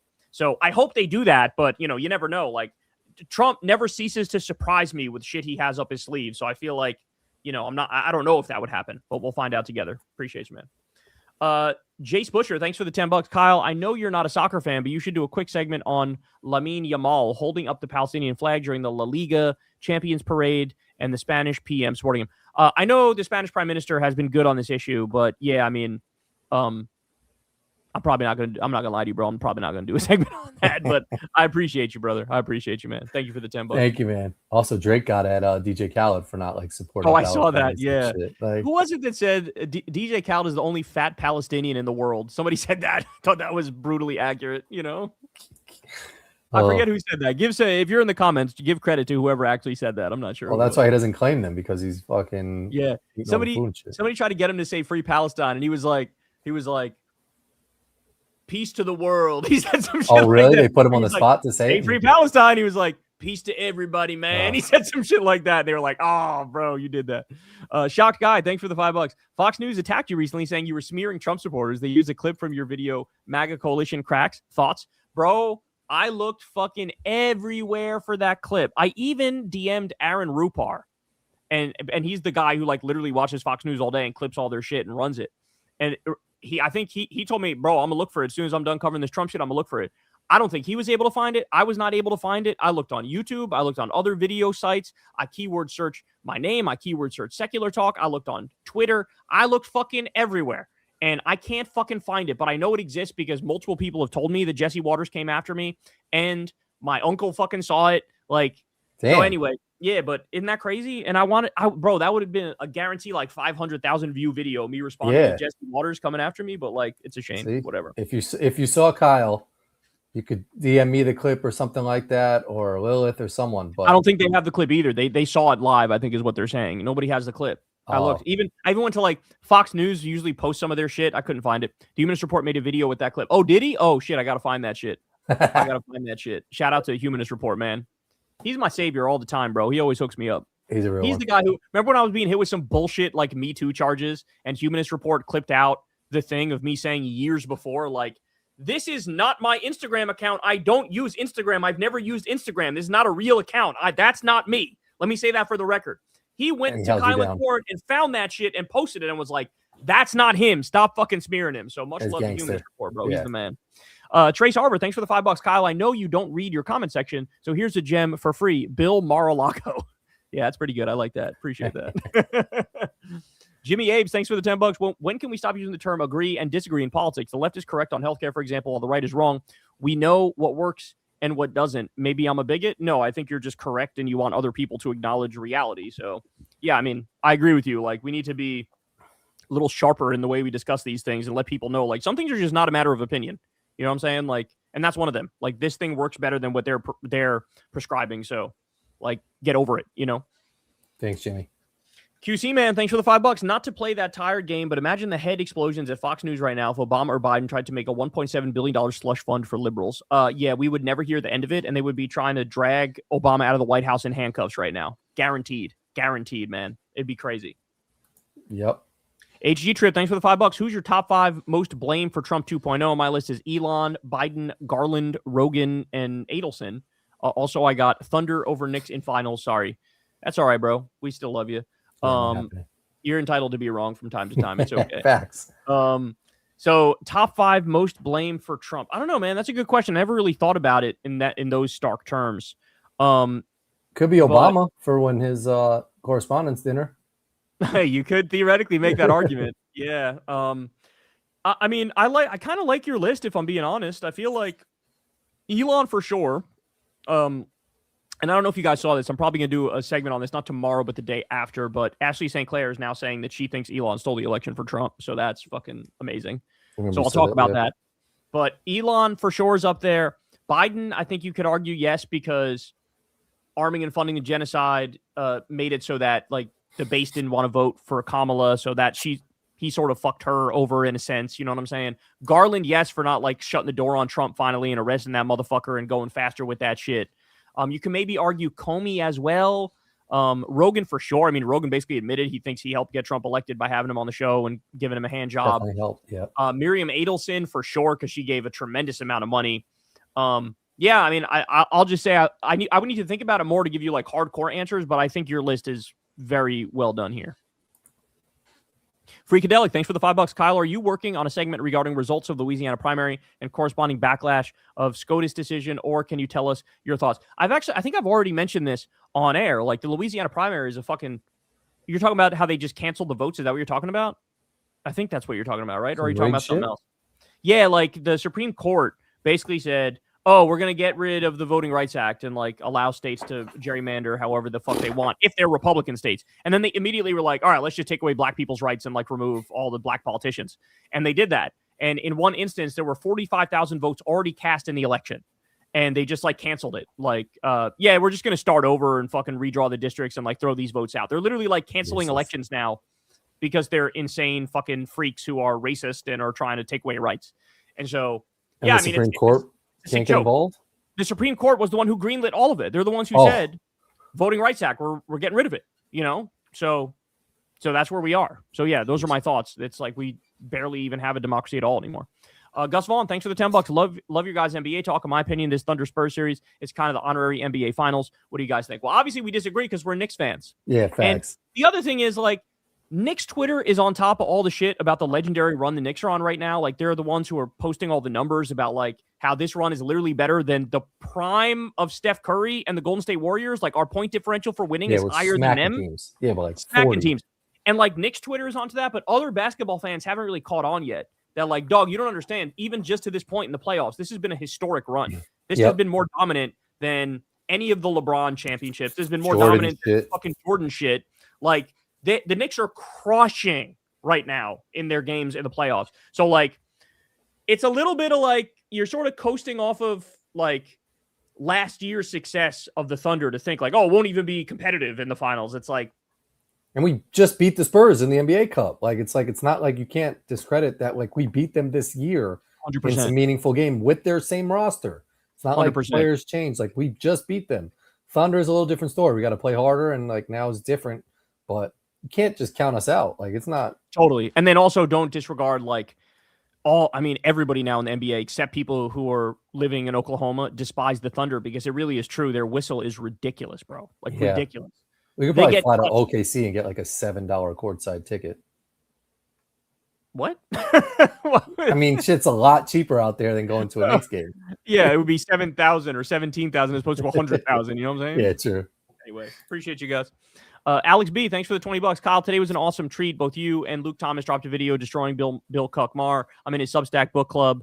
We just finished Bad Company, which is about private equity destroying the world. Well, shout out to you and shout out to Luke Thomas, man. We love Luke Thomas on this show. So Luke Thomas appreciation right now. You know, I saw. Thank you, bro. Appreciate you. Dan Bilzerian posted something on his Instagram that Bill Maher was talking about him. Like, basically said he didn't give him an endorsement, but like Bill Maher was basically like talking about him running for whatever the hell he's running for in Florida. Yeah, but shit was just a that joke. guy's a Nazi. Blazarian's a He's- fucking Nazi. He's disgusting. Yeah. So Horrible. fuck both those guys. Fuck Mar Yeah. and Blazarian, you know? Yeah. AB Clay, thanks for the $10, man. Kyle, my boy, why have you had a different Band-Aid on a different finger every time I see you for like months now? I can't even listen to you anymore. All I see are the Band-Aids. Well, shout out to you, AB Clay. And to answer your question, so right now, this one is because I either sprained or maybe hairline fractured this finger. Probably sprained, I think, because it's healing faster than I predicted. But but the rest of them were for hitting golf shots. I get blisters on my hand when I do that in certain spots. And so that's why you see me with like a bunch of Band-Aids, because I'll have like blisters that I need to cover to hit more golf shots. So that's the answer. It's kind of crazy. To your point about like the window blind things, in Noah, my youngest's room, she has the window shades and the blind bar, and it came off of the wall. So I put it back in there, but that shit could fall off at any point in Final Destination. Her like that, to your point, like that shit, putting it back on the wall was tough, man. That shit was kind of heavy, and like, bro, that's what I'm saying. Back in there, it's heavy, and like the shit that is holding it into the wall is not in that tightly. Like it's not. No. You know what I'm saying? So like that's how I fucked my shit up, man. Yeah, I got to be careful because I got to fix my shit. So I got to hope that I don't hurt my shit more. The Nathan Galang, thanks for the $5. If MJ lived to 2016, ran for president, New Deal Dem, promised Bernie VP, is he beating Clinton? How about Trump? Asked last week, Kyle was peeing LOL. If MJ lived to 2016, Michael Jackson? I guess so. Are you asking about if Michael Jackson ran for president as a New Deal Democrat? I mean, it's so hard to imagine like totally non-political types getting political and running. But I will say that massive built-in advantage just because he's a beloved celebrity. That's point number one. I think that's what I said too. Yeah. Point number two, I mean, being a New Deal Democrat alone is going to be massively popular because like people fucking love that shit.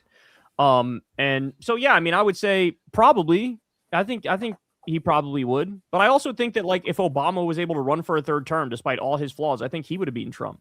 Facts. I sort of think Hillary was like uniquely not suited to beat him, you know, and even she won the popular vote by 3 million, you know, so she should have been the president, even though she didn't run a great campaign, you know. QC man, thanks for the $5. Georgia voters, don't forget to vote for the 2 Dem Georgia CT seats, Supreme Court seats tomorrow if you didn't already vote early. Also primary day for other offices. So any Georgia voters out there, man, get on top of it. You need to fucking absolutely blow the lid off this shit, man. Like, to make too big to rig, baby. So everybody get out there if you're in Georgia. PMG, thanks for the 5,000, whatever that currency is. I appreciate it. Trump comes on KKF and insists Crystal does interview, but Kyle gets to ask 3 questions. That'd be funny, but there's no way we'd invite. We'd have to change the name of the show before we invited Trump on. It can't be Crystal. You wouldn't have him on the show, you don't think? The name of the show is Crystal, Kyle, and Friends. There's no way. Yeah, that's true. Because that alone is like, what? You're friends with this fucking guy now? That's like evil. Imagine we invited Hitler on Crystal, Kyle, and Friends. Like, you can't just be friends with Hitler. That's not how it works. You know what I'm saying? Good point. Good point. Like you can't just do that. You got to change the name. If you change the name to some other shit, then you could kind of do it, you know? Chicken Warrior, thanks for the $10. Conservatives love to act like they have insight on what the founders of the country would have wanted. One thing none of them realize is the founders hated more than democracy was dictators. Yeah. So, I mean, in a sense, it's weird because it was only democracy for like landowning white men. For everybody else, it was basically a dictatorship, right? But they also were correct about interesting things. Like they were correct about Enlightenment values, which they didn't obviously live by perfectly at all, not even close. But they were also right about secularism and separation of church and state. There was some wisdom in the founding documents for sure, but that's interesting. I never quite thought of it in these terms that you laid out here. But thank you, bro. Appreciate you. Thanks, Chicken Warrior. The Bacon, thanks for the $5. Kyle, what's your take on Shoe on Head beefing with Hassan Piker? Also, have you guys tried birria quesadillas? It's so good. I don't think I've had birria quesadillas, even though I'm a quesadilla lover myself. And I still haven't seen the beef between Shoe on Head and Hassan Piker. I still have not seen the beef. Perhaps I'll take a look at YouTube and see if I could find something on it. See if I could find, you know, what she's been saying and what Hassan's been saying. But what is birria quesadillas? Like a beef? I don't know. I have no idea. It is. Yeah, I just looked it up. It looks like some type of beef. That shit looks banging. I might try it. Metalhead Matt, thanks again, man. Packing SCOTUS opens Pandora's box with Republicans will counter PAC before long. Term limits, direct re-election, and impeachment are actual permanent solutions.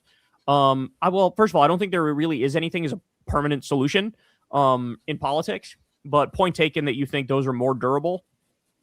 But like, if we're going to term limit them, like, I want them kicked out now. You know what I'm saying? Like, that's the thing. I don't want to wait. We can't do anything that's going to have like any lag time between getting a reasonable court in there. So like, got to do that shit, you know? Alex B, thanks for the $10. Yo, Kyle and Corin on BP's AMA this morning. I asked if they'd have Luke Thomas in studio to cover the UFC White House shit show. Crystal had some wonderful things to say about Luke being part of KKF. This is part 2 of 3. Yeah, I'm sure they'll invite him on because he's the one to go to for that shit for sure. And she knows that, you know. When is that UFC White House? Is that coming up? Do you know the date? I think it's his birthday, June 14th.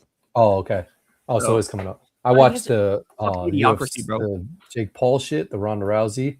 Fight was like 5.5 seconds long. It was fucking horrible. Wait, Jake Paul fought Ronda Rousey? No, Jake Paul started this thing called MVP with this other guy, which is like a competitor to UFC.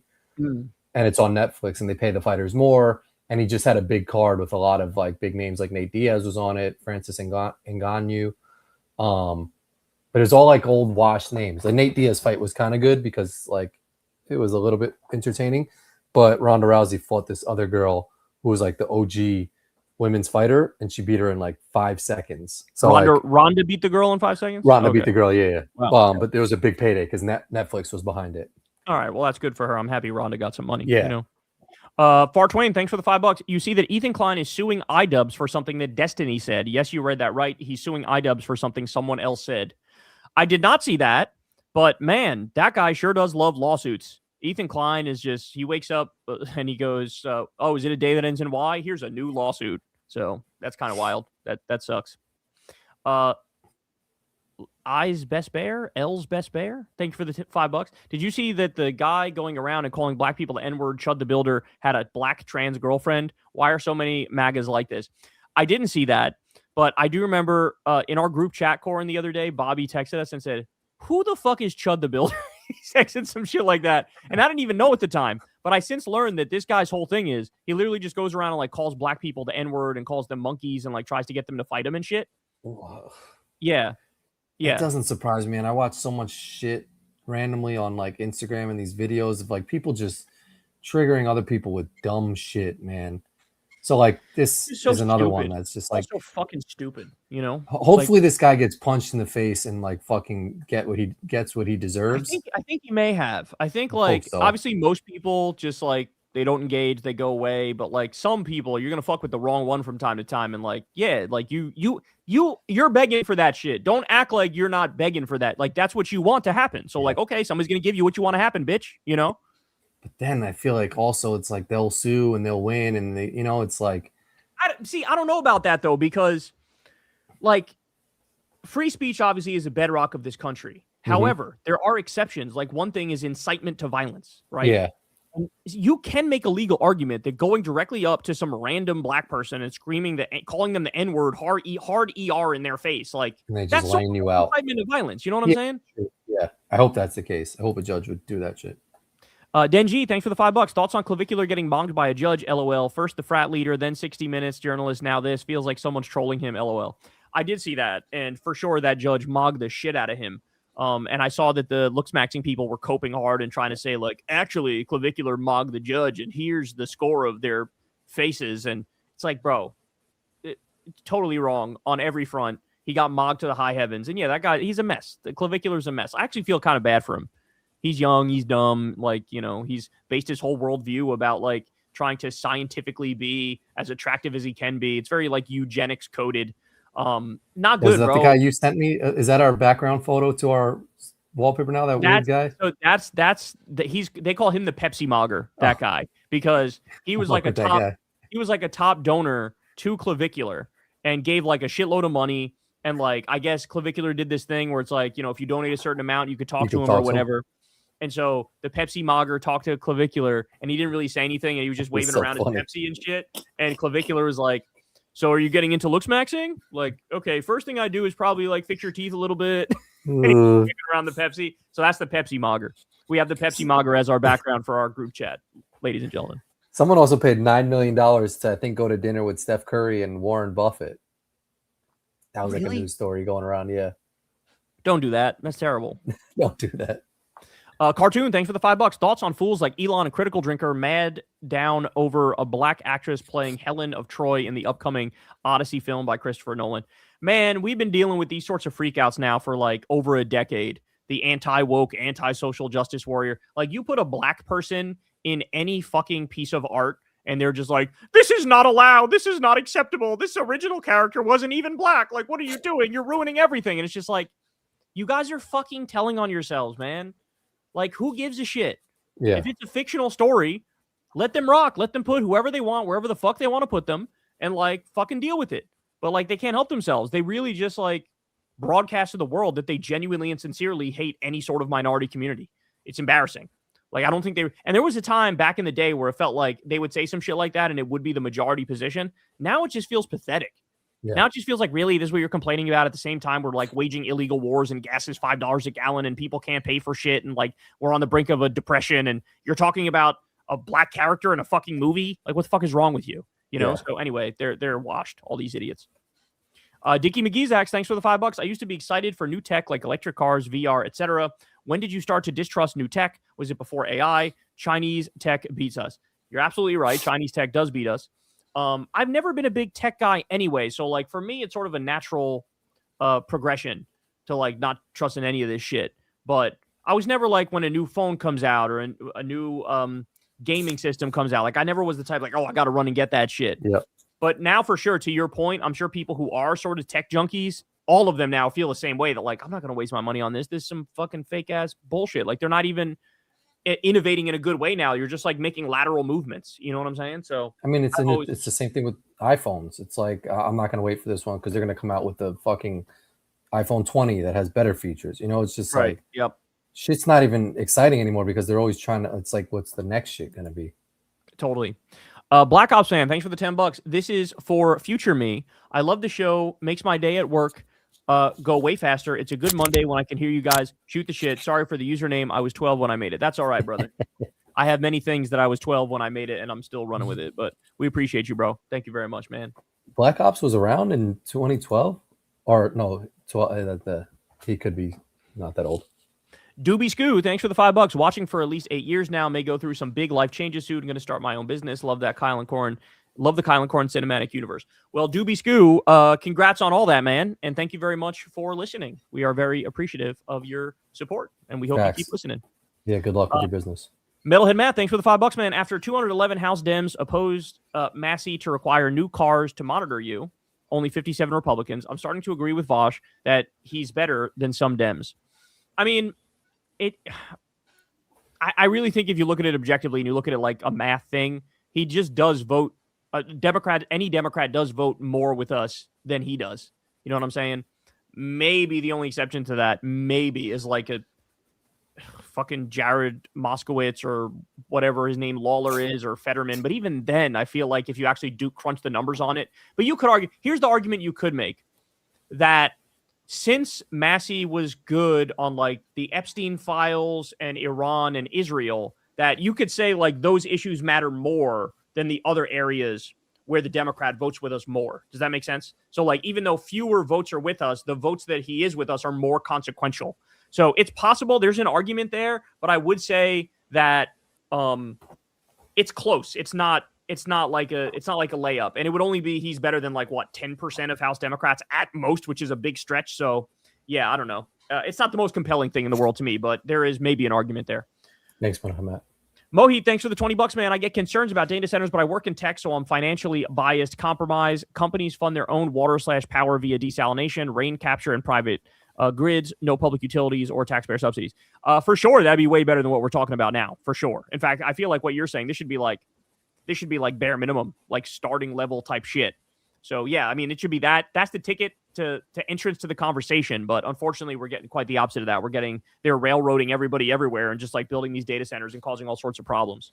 But appreciate you, bro. Hate Cube, thanks for the $5, Kyle. I had a Worlds Collide moment when browsing the Current Affairs website. Saw you wrote the articles for them. Is this something you'll keep doing? Yeah, from time to time, for sure. What happens is that?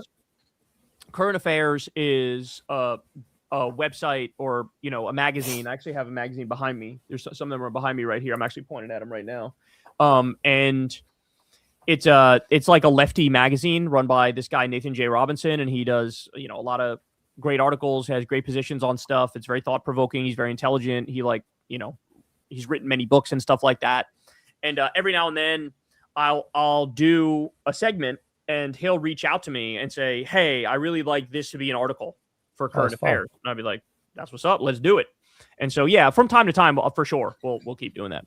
Appreciate you, bro. Alex B, thanks for the $5. Part 33. Kyle, my dude, can you use charm on your wonderful wife to try to get Luke on BP? Much love, my brother. My Lakers are barbecue chicken. Go Knicks. I'm curious to see what the Lakers are going to do next, bro. I'm curious to see if LeBron's going to stay there or what's going to happen from here. It'll be very interesting to see. They got to get rid of Ayton, bro. Get rid of Ayton. Fucking Jackson Hayes is better than Ayton. That's for damn sure. We could grab rebounds over Ayton. Yeah, for sure. But Luke on breaking points almost certainly is going to happen, especially around that UFC event, because Crystal knows that he's the one to go to, without a doubt. Chicken Warrior, thanks again, man. It's no exaggeration to say that if the founders could see the GOP today, they would want to have them tried as monarchists and probably even worse. Yeah, I think you're probably right. I mean, modern conservatives are like the devil, and I think even the founders would realize that. Thanks, Chicken Warrior. Michael, thanks for the $5. Enjoyed the KKF episode with Ashley St. Clair. To me, it feels like she's not doing a Reuben, but still somewhat skeptical. Is a bit the leopard face meme. Yeah, absolutely. But here's the thing about this, right? All we're getting from her is tea. All we're getting from her is information. She's just telling her story about what these demons are like behind the scenes. So that's useful in and of itself. Like I always say, man, the left needs to not be afraid to divide and conquer. You know what I'm saying? And if somebody's coming to you with juicy ass information that hurts your opponent, motherfucker, take that shit and run. And so I saw somebody who was being critical of it. And it's what exactly are you proposing? Somebody comes to you with a bunch of tea and a bunch of dirt on your enemies, and they're willing to say all these things, and you're just like, nah, I don't want to talk. I don't want to hear it. Yeah, what does that even do? So what are you not? Do you have a fucking survey that you have to meet all these criteria to even fucking have a conversation? Does it have to be somebody who's a leftist to even enter the room? I'm genuinely curious. I don't know what the rules of engagement are. For me, it's a no-brainer. Of course you talk to somebody like that who's going to talk about all sorts of shit that you want to hear. You want all that tea, Facts. QC man, thanks for the $5. Orthodox Moyle for 2 years. Yes, including that. To guarantee a federal liberal trifecta for the next 40 years, or you don't, and GOP trifecta through 2032.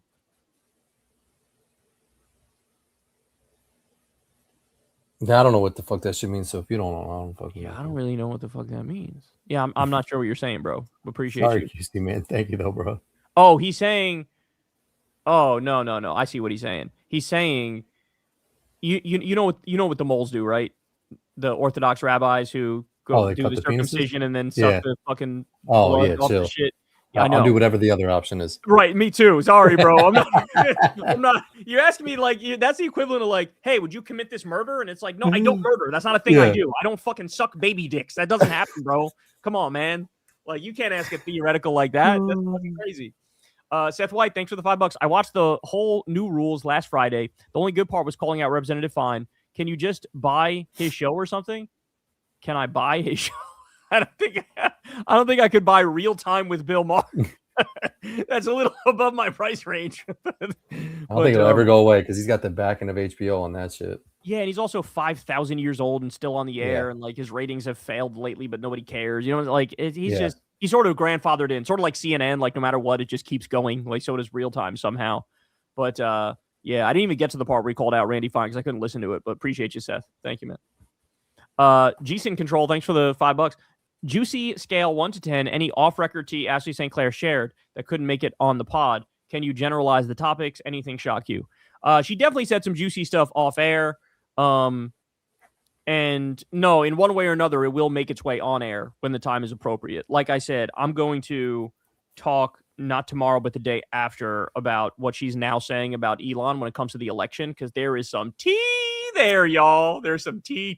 So wait for that, Thanks, Deacon. Mohi, thanks again, brother. AI and data centers should be highly regulated in scope, only to improve worker efficiency, to have a 4-day work week, and better quality of life. I disagree with oligarchs wanting unregulated AI to take over the world. I mean, I'm sure there's a lot of people who work in AI or are, pro AI who would sort of agree with that. We can't do this wild, wild west, let it rip type thing. And that seems to be the only thing we're capable of doing now because we have no state capacity anymore. We don't do regulations anymore. So, like, yeah, we're in for a fucking horrible ride here. But I agree with you. If we did AI the way you're describing, obviously it'd be much safer than what we're currently doing. There's no doubt about it. Philip Nelson, thanks for the $10. All the supposed leftists who are aligning themselves with MTG reminds me of the mainstream media rehabilitating George W. Bush's image and Ellen DeGeneres being all buddy-buddy with him. You know, that's a great point. The other point that really resonated with me is somebody said, I forget who said it, but somebody said, if you're reacting to Marjorie Taylor Greene like this, did you also react to Liz Cheney like this when Liz Cheney was like campaigning with Kamala? And the answer is no. All those same leftists who are now saying like positive things about Marjorie Taylor Greene, when it came to Liz Cheney, they were like, hey, fuck you. Why is Kamala campaigning with you? Like, you're a warmonger. Fuck you. Well, why can't you say, fuck MTG? She's a white nationalist. Like, why should we put her front and center? Why should we like welcome her with open arms? So like, you got to have some consistency. And I'm team fuck Liz Cheney. I'm team fuck MTG. They're bad on different issues, but there's a lot of bad there. So like, it's just team weird. Fuck Ellen DeGeneres too. Yeah, fuck her too. Facts. But anyway, appreciate you, Philip. I did say if she still had her TV show and Trump was out of office, he'd be on her show in 2 years. I think you're probably right. Yeah, I think you're right. His ass. Especially now that she's like a heel, like she would also have another heel on, you know? Yep. Dickie McGeezax, thanks again, man. Did you see Andrew Callahan's interview of one of Crispy Gnome's husband's cam girls? Low key, she's pretty lefty. I didn't see this, but now I need to see this, bro. That's incredible. I love that. I saw that Andrew Callahan just interviewed a bunch of ICE agents, and that I'm interested in too, because I'm sure he gets some tea from them. That'd be a fun one to watch. Yeah. Ryan, thanks for the $5. In Utah's first district, Blunin and Muhammad, both progressives running with McAdams, Blue Dog, probably going to win. Can progressives learn not to split votes? I mean, bro, you're singing my tune here, right? Like, we got to become more strategic now. Like, now we don't have time for vanity. We don't have time for, like, selfishness. Like, they need to have a meeting, and you need to pick whichever candidate's ahead, and they need to be the one. It's that simple. Like, we can't keep doing this shit. Thanks, Diego, thanks for the $5. Cassidy got blown out because of his impeachment vote, even after voting to confirm RFK Jr. Trump's hold on the Republican primary voters is unbreakable. Well, Diego, I fear you're correct, my friend. I actually said that to Crystal the other day. I said, I think Massey's going down. And it's because the only group in the country that is still riding Trump's meat is the Republican primary voters, and that's who's going to vote in this Kentucky election. Now, having said that, the polls are like, you know, depending on which one you look at, if you average them out, it's close to 50-50. But I fear that you're right. Like, has the fever broken among the most culty? We're going to find out very soon. Thanks, Diego. Cut the Camel, thanks for the $10. Did you see Mallory McMorrow tell Emma Vigeland she doesn't support Medicare for All because there's not enough votes to pass it? Wish they asked follow-up, so would you vote for it or not? I didn't watch that yet. Crystal watched it, but yeah, I heard that Mallory was very slippery, and, you know, she was she had to backpedal from quite a bit of shit that she said. Vote for Abdul, y'all. Vote for Abdul. That's what I have to say. Chicken Warrior, thanks again, bro. Kyle, what's your opinion on judicial review? It's a Supreme Court power that's not even in the Constitution. In fact, Jefferson flipped his shit when the Supreme Court first did it. Yeah, so to this point, I've largely been in favor of judicial review.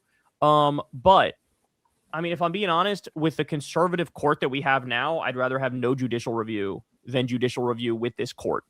But I guess ideally you'd like just want a reasonable court that can do judicial review. But, yeah, I think that what needs to happen is Congress needs to use this thing called judicial stripping, I believe it's called, or I think it's called judicial stripping, where the Congress can regulate what the Supreme Court is allowed to decide shit on, right? So they could say, there could be provision in the law saying, like, this is not subject to Supreme Court review. And then that, according to our Constitution, has to stand. They can't review it. So I think we need to do more of that. But outside of that, pack the fucking court, man. Like, just do Supreme Court reform, because I feel like that's more likely than actually getting rid of judicial review. But we just can't keep the court the way it is now, bro. We just can't. Diego, thanks again, man. At this point, I am rooting heavily against Massey. His vote for me because my opponent is too left-wing campaign is pathetic. Yeah, and, like, that's the other thing. He's still doing this, like, I vote 91% with Republicans. And it's like, yeah, that's the problem. You know, like, I get why you're saying it because you're running in a Republican primary. But, like, you gotta be like, I suck on everything except Epstein and Iran. And it's like, that's not a great fucking campaign, in my opinion. But then again, I'm a lefty. I'm not the target audience here. Appreciate you, man. Snouts Eater, thanks for the $5. My marriage is falling apart. Well, sorry about that, bro. Get it together. Yeah, sorry, bro. 8 Cube, thanks for the $5. I highly recommend you watch Tim Heidecker's spoof of both Joe Rogan's and Bill Maher's podcast if you haven't seen them yet. I have seen the one of Joe Rogan. It's fucking hilarious. I think I've seen him do Bill Maher's, you know, his impersonation of Bill Maher, but I don't know if I've seen like a proper thing like he did with Rogan, but I can take a look for it. Tim Heidecker's funny. I really like him. Thanks, Hate. Ryan, thanks for the $5. Best of luck to Chris Rabb, Pennsylvania's 3rd District tomorrow. Cory Booker campaigned with Chris's opponent today, Mr. I don't get involved in politics outside of New Jersey. Yeah, word, man. Everybody go vote. If you're in Pennsylvania's 3rd District, vote for Chris Rabb tomorrow, bro, for sure. For sure. Appreciate you, Ryan. Thanks, man. Thanks, Ryan. AJ, thanks for the $10. Injured my pinky finger during football practice back in high school around 2011. Still can't lift that bitch all the way up to this day. Pretty sure it was some sort of fracture. Damn, bro. Yeah, that's what I'm afraid of with this one. Like, I don't. Yeah. I mean, I think it'll get back to normal, but like, I just don't want to never be able to grip my golf club the way I always grip it anymore, you know? I'm telling you, until you injure a finger and walk around daily life, you don't realize how many other people did some shit to their finger on some regular shit. Facts. Yeah. I told you a guy next to me on the plane was like, I injured my thumb when I was, he was like 90. He was like, I injured my thumb when I was a kid. I still have trouble lifting shit up. And I was like, bitch, that's because you're fucking 90 years old. It ain't your thumb, dog. Joshua, thanks for the $20, man. Kyle, do you think the Tabernacle is moving in a similar direction as Jimmy Dore? Like he's overly critical towards you, Plattner, Mehdi Hassan, AOC, and other liberals and leftists, but he's been pretty chummy with MTG. I mean, if you're I haven't watched most of his stuff lately, but if that is what he's doing, then the answer is yes. You know, there's one group that's kind of like that. That's just like, I don't know. They're not serious. It's not serious to me. It's like very stale, very boring, very like, oh, I'm a lefty, but I'm going to spend all my time critiquing other lefties. It's like, you know, the role you're playing there. You know, you're like a useful idiot for Republicans and conservatives. Like you do understand that at a time when we have a fascist takeover, you're beating up on the people who are anti-fascist, but not sufficiently to your liking. So it's just like, at some point you got to go, are these people like co-opted? You know, like, are they ops? Because it actually seems like they play the role of either like what the CIA always wanted, which is, argue over small differences if you're in the left-wing coalition, focus all your attention on that so that you don't fight the bigger enemy. It does seem like they're either Republican ops or CIA ops. It really feels like either that or just like total idiots who accidentally end up helping the right. But that's what it seems like to me. Yeah. Thanks, Joshua. Offensive humor. Thanks for the $5. Trump, my diapers have the cleanest shit stains. Some say the smelliest in the world. Corin says he got shit stains, but his will never compare to mine. Sorry, I didn't do the Trump accent, but you got the gist of it. Appreciate you, bro. Yeah, they won't. If I was wearing a diaper, my shit stains would be on point. But since I know that I'm wearing underwear, I try to contain them.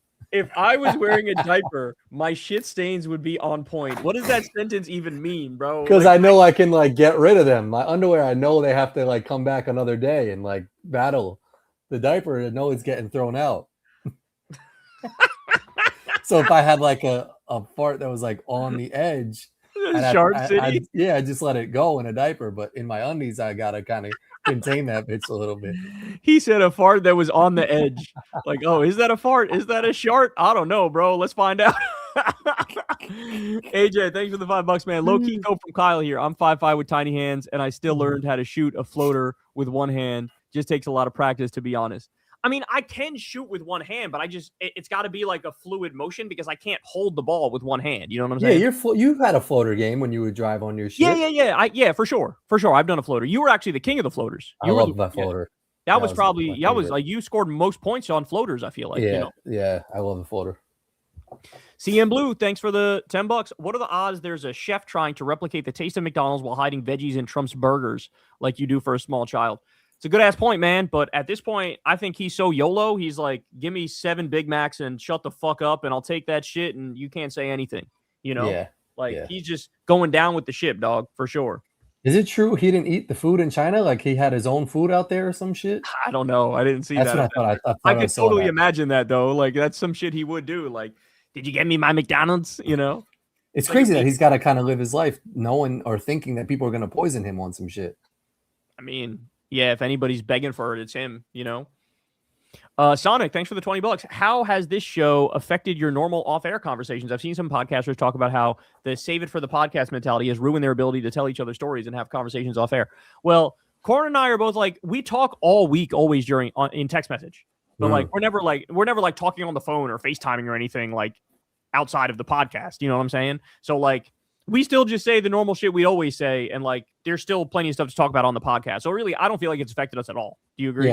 Yeah, no, not really. I like jot stuff down on my phone that I want to talk during the week. But anything that's like pressing or some shit that I like, if we're talking about the PGA Championship or some golf shit or the Knicks shit or whatever, like we're just going to talk about that regardless. But if it's something, I've had like some stuff where I'm like, I'll wait till the show to ask them like about, you know, John Travolta's looks or some shit. Cause I'll show it with a photo or something like that. Yeah, that makes sense. Because now you do like the production for the show now. You know what I'm saying? So like you think it more than I do. I just say whatever the fuck I want to say to you.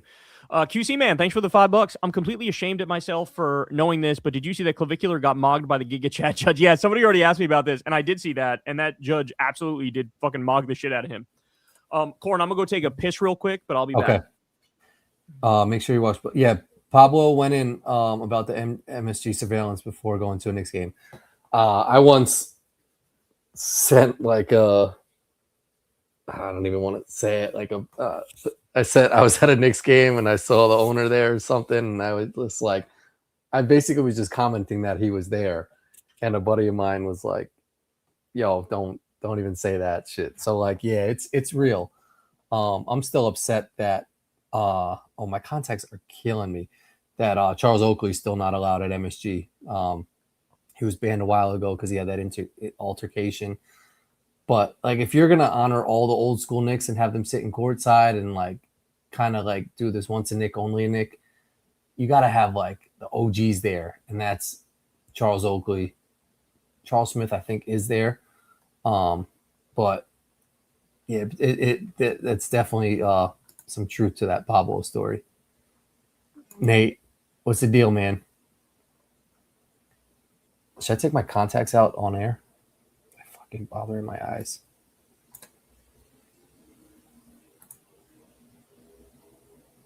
I don't think Garth leave Wayne? They were Wayne's World, you know, forever. But yeah, someone said a while ago that this is like when your mom runs back into the grocery aisle when you're checking out at the supermarket. Is when Kyle leaves me. No, I'm just kidding. There's like all these little bugs flying around. Let me see if I can get this one. I'm gonna take my contacts out. Oh damn, bro! It's just hurting my eyes. OD. Yeah, I mean, I'm telling you, bro, you got to get that surgery, dog. Like it'll change. I think I need it, man. It'll change your life. You never have to worry about this bullshit again. You know. Fuck. Yeah, it's enough already. Like you suffered long enough with contacts. I know what it's like. You know. Nathan, our boy Nathan, thanks for the $10, man. Good day, boys. Predictions for midterms canceled, results overturned, blue wave, and a way out of this mess. Sending love from Australia. P.S. Corin's thumbnails are the only acceptable use of AI. I agree with you, my friend. I agree with you. Okay, so to answer your question, prediction for the midterms. I mean, I definitely think it's going to be a blue wave. But I also think he's going to try to steal it in one way or another. I don't know if it's going to work. So ultimately, we end up in this very uncomfortable and sad place of just like, that's all I got for you. I think for sure it's going to be a blue wave. I think it's going to kind of be too big to rig. But I also know they're going to try some fuckery. And there's like a 50% chance it works, 50% chance it doesn't. And so we're all just going to be holding our breath like, what the fuck? I really think that that's what's happening for sure. And I think it's going to be, he's going to like, if it doesn't work, he's still going to like try to not seat the winning Democrats. Like it's going to be, there's going to be multiple crises, I feel like for sure. Because this man has never just willingly left, you know, they've never, you know, when they lose, he just acts like he didn't lose. He just lies. Like he just can't accept reality. So just buckle up for a wild ride. He's uniquely bad when it comes to this shit. It's actually humiliating, you know? Thanks, Nathan. Yeah, I love my thumbnails. I think they're funny, some of them.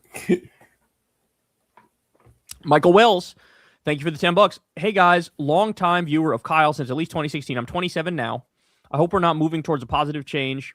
I hope we're moving towards a positive change in our government and not complete dystopia. Aliens are us from the future, maybe? I don't know.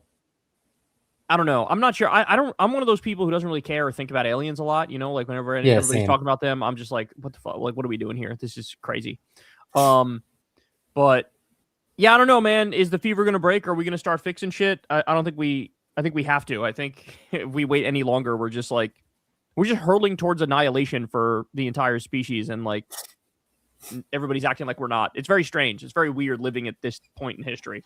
It almost makes me jealous for the people who lived in a slightly different time period. You know, I think of my dad who died in 2011, and I was like, was that the ideal time to leave? Like, maybe we don't, you know what I'm saying? Yeah. Thanks, Mike. Comic Book Chat, thanks for the $10. What are your thoughts on a value-added tax? I feel like we are going to be forced to implement something like this when the dollar eventually falls and we have to pay our massive debts. I fear you're right. I fear that you're right. And yeah, it's, you know, it's more regressive than I'd like it to be, but at the same time, when there's an actual massive economic crisis, we might actually need something like a value-added tax. So I guess it'll depend on the context and how bad it gets and what else is on the table. But generally, it's not my favorite tax. I feel like I'm certainly more of a, you know, I like a progressive tax system a lot more, and a value-added tax is like more regressive. But in an emergency situation, I could see it being implemented. Yeah. Chicken Warrior, thanks again, man. Windows. Yeah, go for it. I think we should outright ban data centers because I don't think any amount of regulation is going to make up for the fact of climate change, and we need to be conserving our natural resources. Yeah, man. I mean, I've said, like, I'm becoming a bit of a Luddite in a sense, and I'm not opposed to that argument. I feel like it's better to just do a moratorium, I should say, than it is to, like, continue the path we're going down. I think we need a moratorium, and then I think we need, like, heavy regulations, and I also think we need to, like, nationalize the industry as opposed to having these, like, psychotic tech billionaires keep doing their thing. You know what I'm saying? So, anyway, that's where I am on that. I know Mohit says he works in AI, but I'm kind of more in agreement with you. At the very least, a moratorium, and then nationalize it, and then like have very strict parameters with how to move forward. Because what we're doing now is crazy. Natalie, thanks for the $20. Did you see Emma Vigeland's interviewed Mallory McMorrow? She seems incredibly slimy and disingenuous, but also good at hiding it. Comments were disabled on the vid, unfortunately. Oh shit! I'm surprised they disabled comments. That's shocking, actually. But no, I haven't watched it yet. Crystal did watch it, and Crystal's takeaway was the exact same as yours. That she sort of has like almost like Mayor Pete type vibes, where like who's Mallory McCormick? Mallory McMorrow is running to be the Democrat in the Senate from Michigan. She's running in the Democratic primary, and we support this guy Abdul El Sayed. And she's like trying to be progressive, but she's not as progressive. But like she's desperately trying to make people think she's as progressive, so she can get in there and then not be that progressive. So. Yeah. She's a bit of a lightning rod for that reason. Thank you, Natalie. Appreciate it. We've seen it before, Mallory. Oh, many times.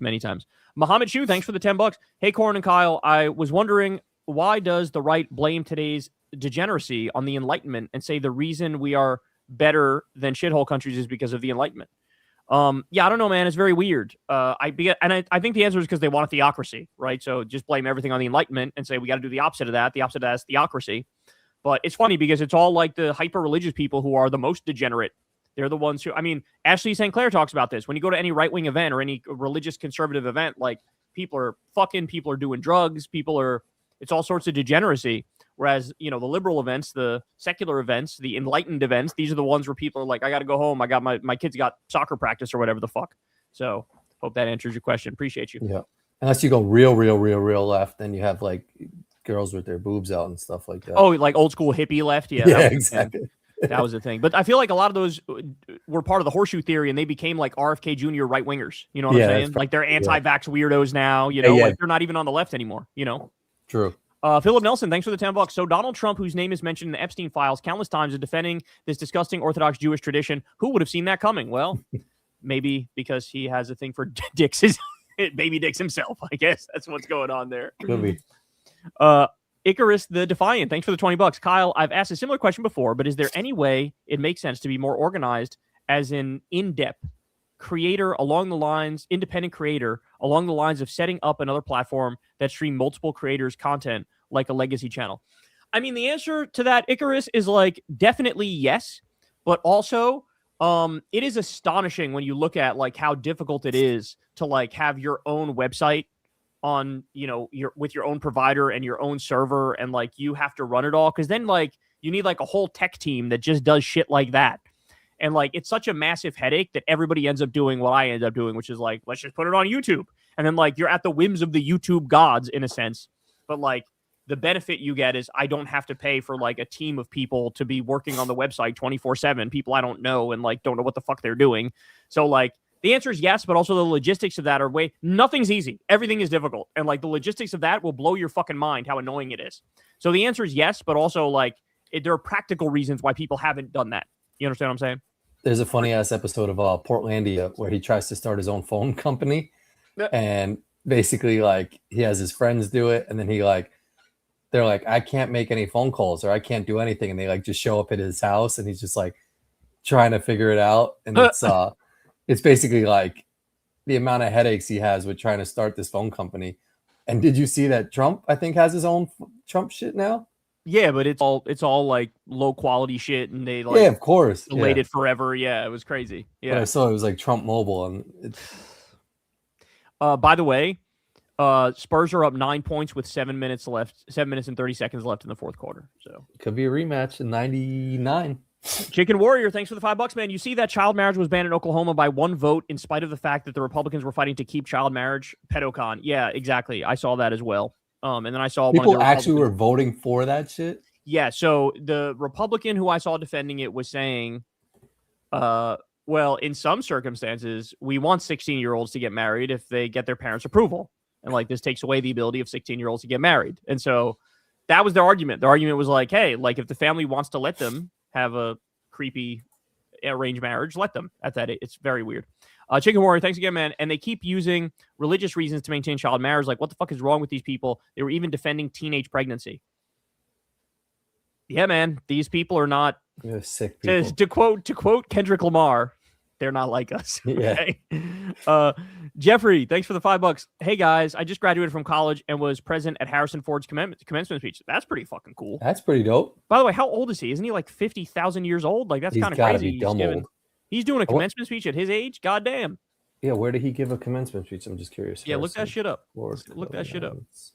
It's Bro, I didn't even know he was still alive. I remember he got into like a plane crash a few years ago. He was in one Arizona of those State. You remember he was in one of the small planes and crashed that shit? No, I didn't even hear that. Bro, that happened like 3-4 years ago. He was in a plane and crashed that bitch. Like one of those small planes. He had to like crash land that shit. He looks pretty good, man. Look at him real quick. He looks kind of looks like an old ass like Harry Potter character in that shit or something. Yeah, he's up there, bro. He's in his 80s, right? Isn't he in his 80s? I guess, but I mean, like, oh, he doesn't look that bad. In that picture, it's a little bit from a distance. I've heard him talk, and it's a little bit like, yeah, man, you're up there, you know. Let's see his age real quick. Harrison Ford, age. Harrison Ford, dick size. 83. 83, man. 83. God damn. I feel like he's such a celebrity that he has to figure out to work on his posture a little bit. Like that's such a weird photo. Like people. I got bad posture too, man. I've always had that shit. I've always had to fight that bitch. I wonder if he probably gave a good speech. He seems like he would say some deep shit, you know? He's too old, man. Like you can't at a certain point, like it becomes freak some hard. Shit. Yeah, it's hard to communicate the way you want to at a certain point, you know? True. Yeah. Like when I'm 83, I'm not gonna be able to talk like I talk on my show where I fucking talk for 2 hours straight and I'm bouncing off the walls and shit. That's really true. Know? Yeah. RSN, thanks for the $5. What's one niche thing outside of work that you guys geek out on or obsess with? Bro, I don't watch the show. I got a lot of shit that I fucking care about and pay attention to. Like I'm into fragrances like a motherfucker. I'm into golf like a motherfucker. I mean, obviously, it's obvious that I'm into politics and I follow politics very, very closely. Obviously, Corin and I both are massively into the NBA. We follow the NBA like a hawk type shit. Mm-hmm. No pun intended for the Atlanta Hawks. Yeah, there's just I watch like NBA YouTube is another thing I watch all the time. I got a whole bunch of things that I'm like very interested in, a lot of hobbies. And so, you know, I don't like missing work, but also like when I'm not working, I'm always doing some shit that has to do with one of my hobbies. You know what I'm saying? Never mind taking my kid to basketball practice or gymnastics or whatever the fuck, you know. Offensive humor, thanks for the $5. Been a THC abuser since 13. I'm 39, not bragging. First high of day, paranoia, city. Then it makes me relaxed and creative. Sobriety is wild with Trump around. Oh shit! So you recently stopped, is what you're saying?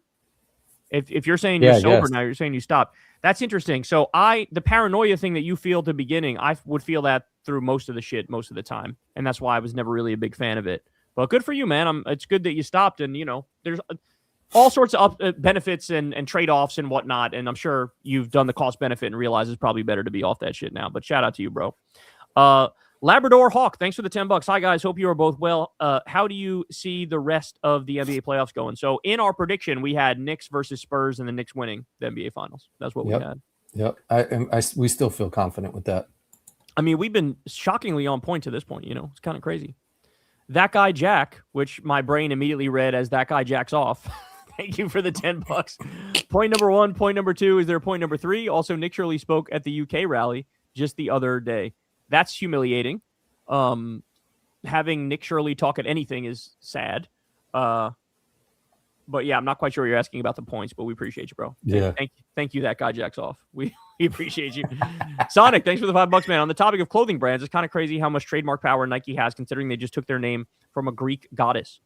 See, I didn't even know that. How crazy is that? I didn't even know that. Did you know that Nike was a Greek goddess? I think so. I watched the Jordan movie. I think they say that shit, that Nike I didn't know that. Was a Greek god or some shit like that. That's incredible. Okay. Wow. Look at me. I was way behind on that shit. Appreciate you, Sonic. Equality for us all. Thanks for the $10. Theo's been against Israel since Gaza began. People who disagree with Israel end up committing ecocide. Sounds to me like Joe is setting the stage, so no one will question it if it happens to Theo. I don't know. I doubt that, but we'll see. I mean, the thing I don't like is that Joe keeps trying to get him to get off of antidepressants. And like, I know people who their antidepressants saved their lives, and it just strikes me as it's so reckless and irresponsible to like try to get somebody to get off their antidepressants when it might be the one thing that's making them feel okay. You know what I'm saying? And he says he's doing okay, so he says, yeah, but CK Progressive, thanks for the $5. I have 3 chats for you today. First with the NBA. Good luck to your Knicks. Those Cavs won't quit as they gave my Pistons a big ass whooping last night. Well, I agree they won't quit, but I don't know if they have what they need, bro. Like, yeah, I don't think so. They play hard. They play hard. But they play hard. Definitely quit last night. The one thing about them that I feel like is a little bit of an issue, and I'm curious what you think, Corin, is the double big thing. Because like Cat can't play defense, and Mitchell Robinson does play amazing defense.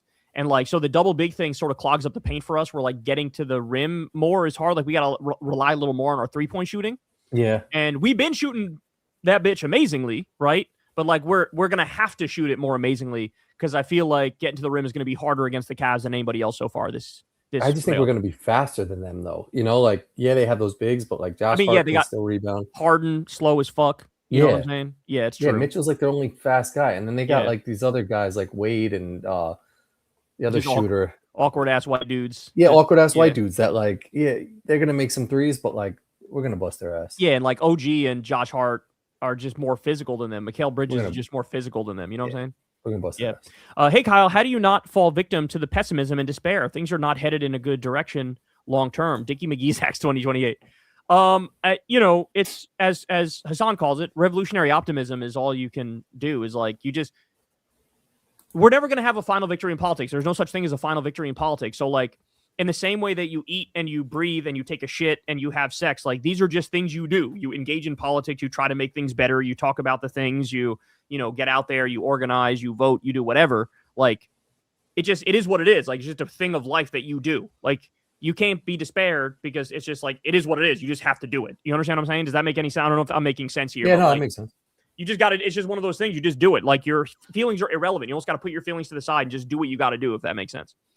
Fernando Fernandez, thanks for the $10. What do you think about Nicole Loughlin running in Florida 26, former lawyer, supports Medicare for all, taxing the billionaires, prosecute Trump, and MAGA, no corporate PAC money? Well, I mean, based off your description of her here, which frankly, I don't know anything about her, but taking you at face value, then she sounds fucking wonderful. So, and it's Florida's tough, man. Florida's fucking tough.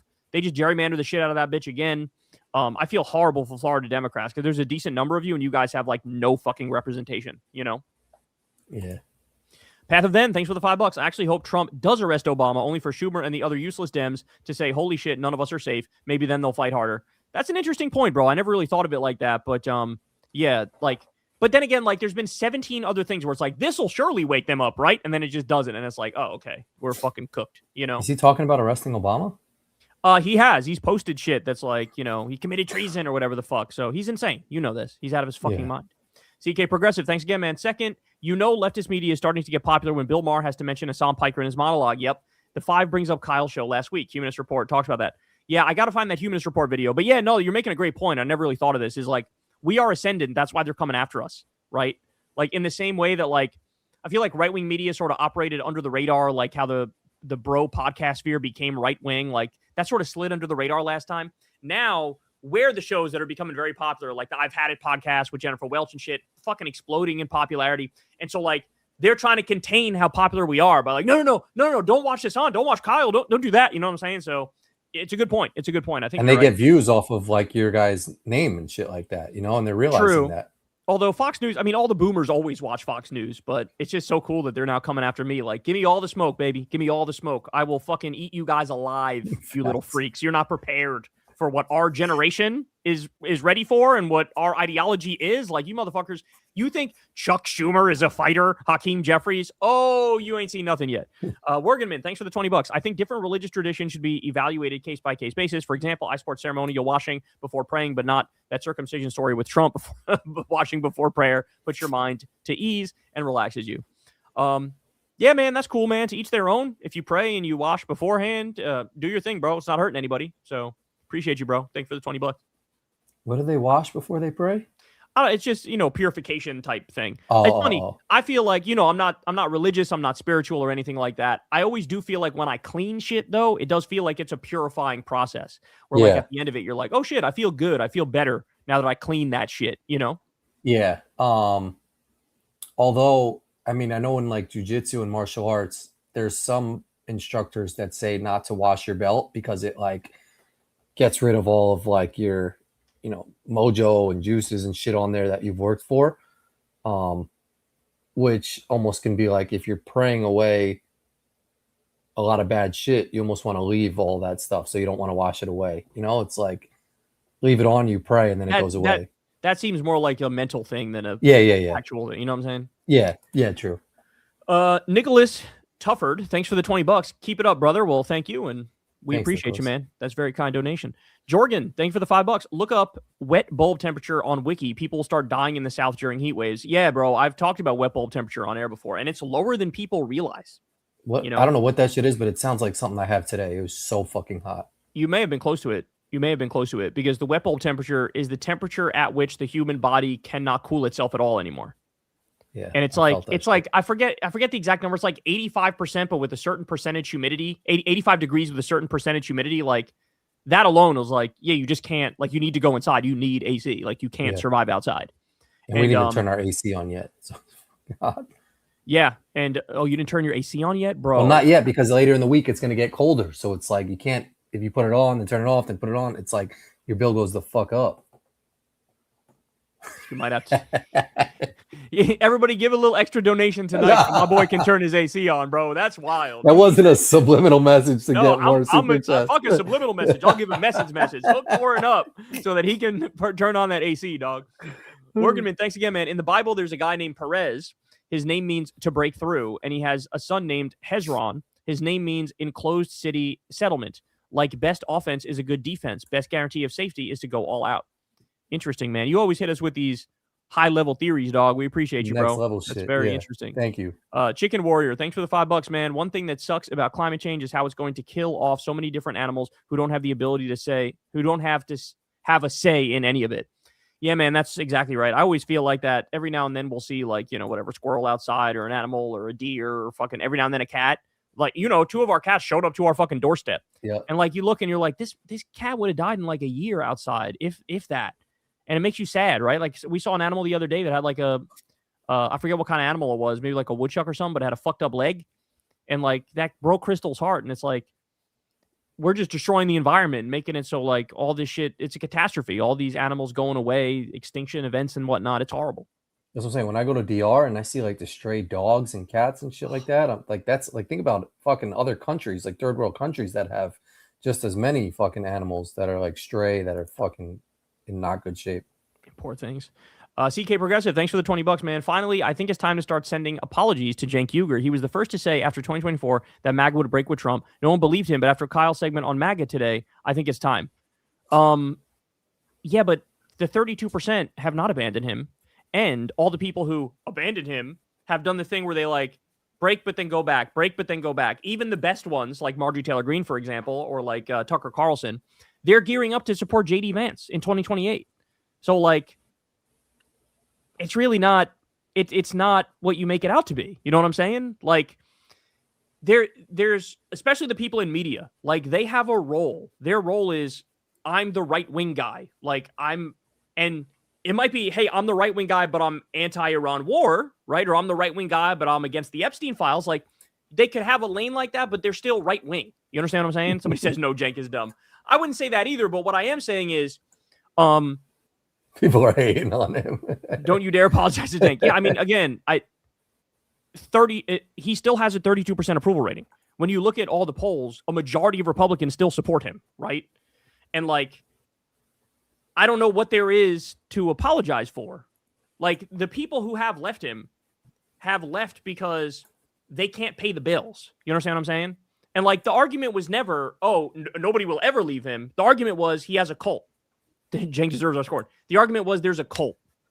And, like, there's definitely still a cult. So yeah, I don't think you're accurate in that. Jack Rousseau, thanks for the $5. Been meaning to ask Kyle, did you see a few weeks ago Too Lazy to Try made hippies on his son? Usually he goes right after right wingers, but he disappointed me. Yeah, I did see that, and I've been asked about that like 3 or 4 times. It wasn't good. It wasn't good. Just going after somebody who's actually, he went to Cuba and like actually delivered aid and did something good, and they made it all about like, well, he was wearing expensive stuff as he did it. It's stupid. Benny Johnson Twitter asks, thanks for the $10. Thoughts on Aaron Rye winning? Think it's great after all the anti-immigration protests in the UK, and Rye also probably just secured himself a spot on the European Ryder Cup team. Movie script stuff. I love Aaron Rye, bro. I am now Aaron Rye's #1 fan. Shout out to Aaron Rye. I hope you watched. Yeah, you texted us yesterday like he was going off, right? Yeah, he was amazing, bro. He played amazing coming down the stretch. He was unflappable. He had ice water in his veins. He was calm as a motherfucker. He drained a crazy-ass putt on hole number 17. He was the most accurate driver. Like, and then he's from a working-class background. His dad bought him an expensive set of Titleist irons, and, like, they would put baby oil on it after every round and clean out the grooves with pins. And, like, he wore fucking the iron covers over that shit, which is like a faux pas in golf among like professionals. But he's like, I don't care. I know where I came from. And these irons like meant a lot. And so, yeah, just a working class guy.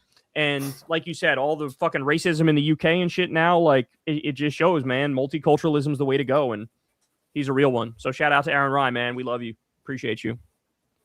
Thank you, RSN, for the $5. Very kind of you. The Rightist Leftist, thanks for the $10. Good day, boys. Nathan here. My channel hits 1 year tomorrow. My best achievement is being called Low T Kyle. Can I get a soundbite? You are watching The Rightist Leftist with Low T Kyle Nathan Ogilvy. Well, there you go, brother. We appreciate you. Everybody go check out The Rightist Leftist if you are so inclined. Appreciate you, man. Congrats on 1 year on your channel. Benny Johnson Twitter adds, hot take, Spieth wins PGA next year in his hometown of Dallas for a storybook career slam win, and everyone would love to see it too. I could see it, man, because Jordan Spieth has a flair for the dramatic, and he played pretty well this week, and I feel like his game is going to come around. So I could see it. I do think at some point he's going to win. I don't know if he's going to win it next year, but I do think at some point he's going to win the PGA Championship. I think he's good enough. Path of Then, thanks for the $5. Even at the end of Bush's presidency, 25% of the country was with him. The right-wing cult has been brewing for a while, mainly thanks to Fox. Well, yeah, right? And that's kind of the point with Trump, too. Like, he has a cult, and that cult is real. And so you cannot say enough negative shit about these people. And so there's nothing to apologize for when it comes to people who are like, oh yeah, all MAGA's going to wake up. Like, really? Is this what it looks like when they wake up? That we still have to worry about maybe Thomas Massey losing because he decided to stand up on the Epstein files and the Iran war? Like, think about that.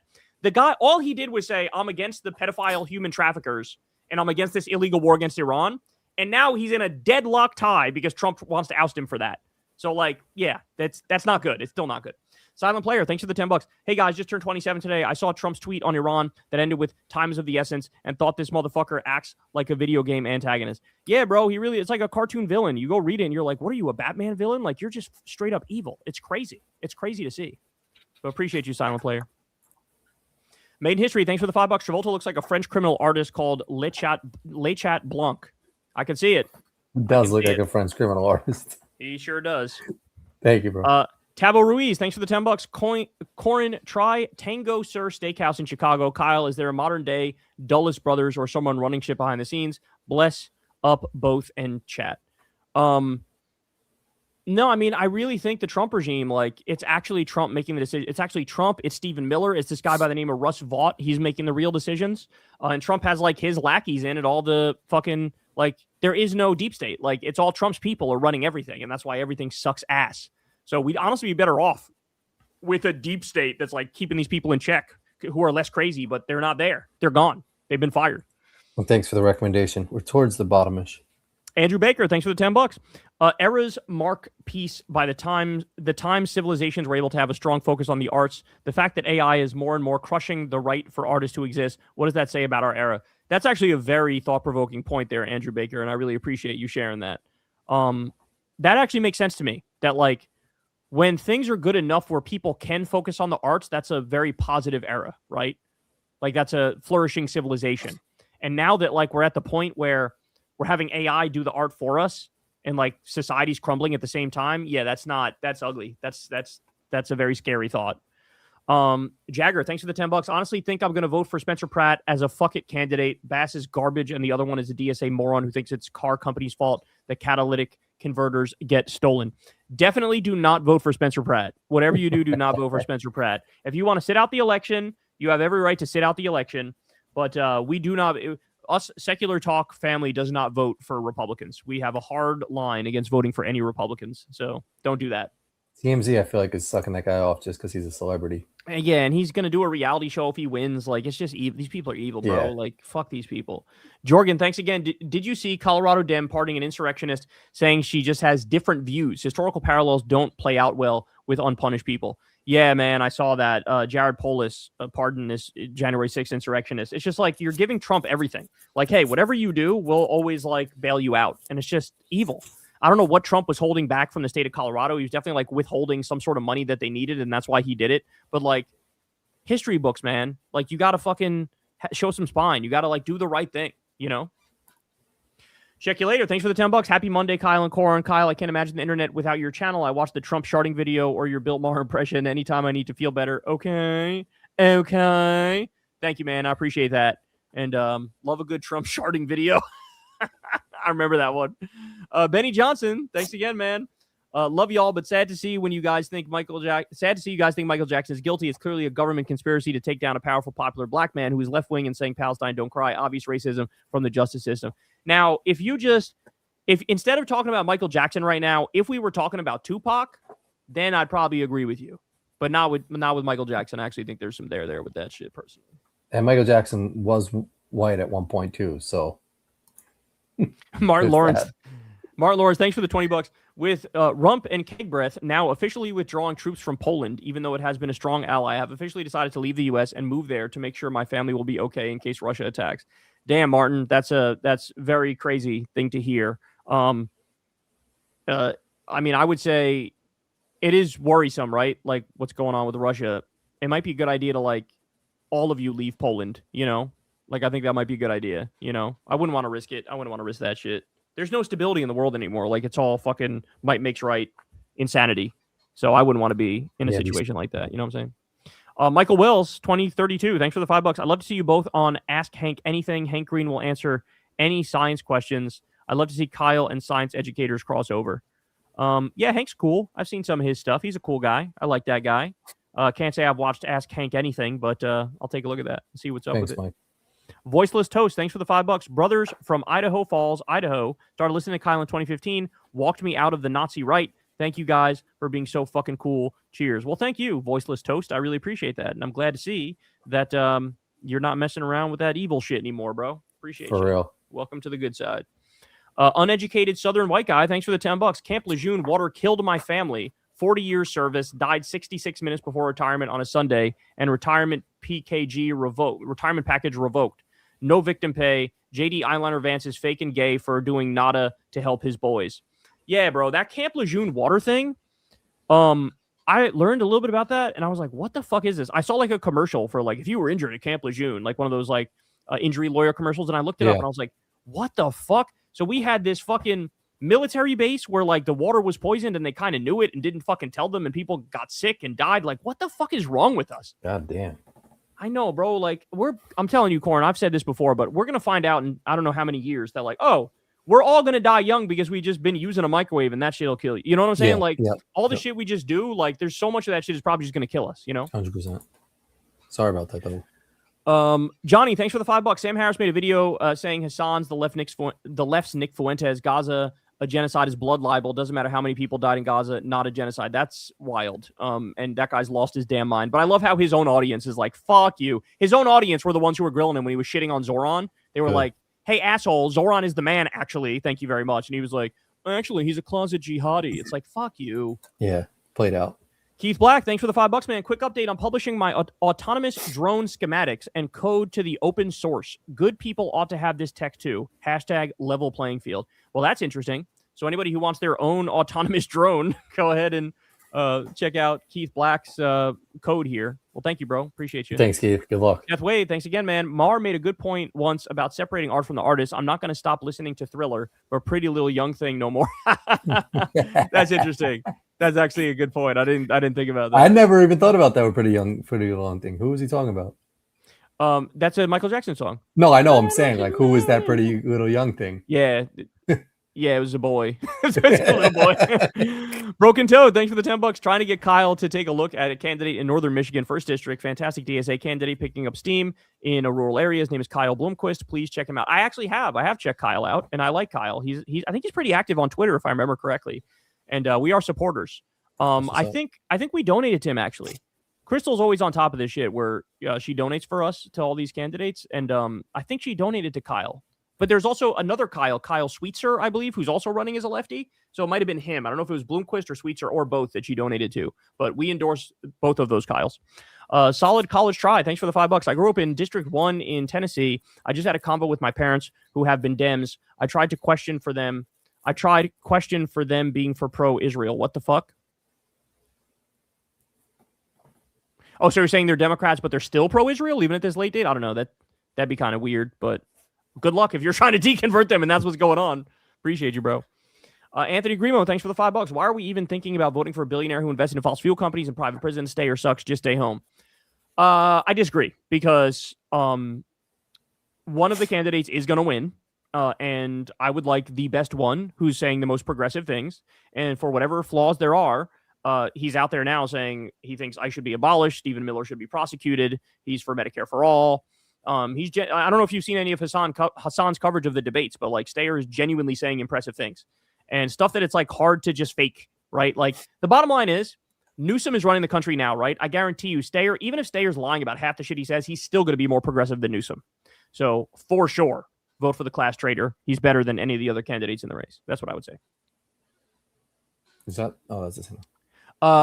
Go Mason. Thanks for the $5. Kyle, you messed up my brain. I see Republicans slurping Trump's you-know-what from the back every time I see them on TV or even in my sleep. Yeah, man, that's one of those ones that sticks with you. You get the mental imagery and you just can't get it out, and I apologize to everybody for that. I unleashed a nuclear bomb on the world with that. Chicken Warrior, thanks again, bro. My mom is for the Iran war. I quoted her Jefferson, those who trade freedom for security deserve neither. She said that sounds like socialism. Like, how far right can these people be? What the fuck? Dark ages brain. Yeah, that's wild, bro. Finding anybody who's like pro-Iran war, that's like what? 70% of the Republican Party, like the voters. But like, think about how many people are not that, right? Like every independent, every moderate, every liberal, every leftist. Like there's so many people in the country who don't support this war. It's only like 27% support the war. The fact that your mom is one who does, it's like, damn, bro, I don't even know what to tell you. Because we're at the point where I don't know how to reason with these people, to your point. Like it really is like, you're not in the same world as me. Like you're not, when I make a good point, you don't even hear it. It just goes like over your head. You know what I'm saying? So Jordan Marks, thanks for the $5. You see Jaylen Brown beefing with Stephen A. Thoughts? I'm with Jaylen Brown, man. I'm with Jaylen Brown. I think let me amend that. I don't like how Jaylen Brown was sort of like after the loss. He was sort of like complaining that like, oh, the refs fucked everything up, and like I get called for fouls, but when they foul me, nobody calls it. And it's sort of like sour grapes because the Celtics lost that shit. It wasn't like close. You know what I'm saying? Yeah. So I'm not with him on that, but with his criticism of Stephen A, like, yeah, like Stephen A often says shit mad confidently and is just wrong. And like all the players are just annoyed by him because it's like, you just say shit that's wrong and then there's never any consequences. Yeah. And so like, I'm kind of with him on that. Like Stephen A's got to kind of reel it in a little bit, you know, like he's a sports commentator. And remember how he was shitting on Jalen Brunson when we picked Jalen Brunson? Yeah. He says it's like so incorrect, but like they never get called on at it because never. So anyway, yeah, I'm sort of with Jalen on that part of it. Yeah. And Stephen A is just like a Republican now and he's annoying as fuck. Yeah. Ghislaine Maxwell, thanks for the $5. Tally ho, boys. Tally ho, boys. With the war in Iran, everyone is forgetting about my man, Jeffrey E. Just thought I'd remind everybody about him in case you forgot. Well, thank you, Ghislaine. We appreciate that. I hope your dog held you down too. I hope your dog's doing good in prison. I know they gave you a puppy. Peter Marshall, thanks for the $5. Kyle, in your opinion, why is R. Reagan so revered? His tenure was the beginning of the end, and I could argue he was worse than George W. It's a great question, man. I mean, I think it's because of the marketing and the branding and the imagery. Like the marketing was like, look at this tall, strapping, handsome, conservative man who wears a suit and is polite and mild-mannered. I think that like the older generation just chugged that shit like Kool-Aid, man. My grandma on my mom's side, before she passed away, like she was a big like Ronald Reagan person. And yeah, like they also, when we got hit with the recession because of him, it was after he was out of office. So like nobody blamed him, even though it was his fault. You know what I'm saying? Like he did the tax cuts for the rich. He did the deregulation. But nobody thought about it like that because people weren't educated enough on the economy. So they just thought like, oh no, this is not Reagan's fault.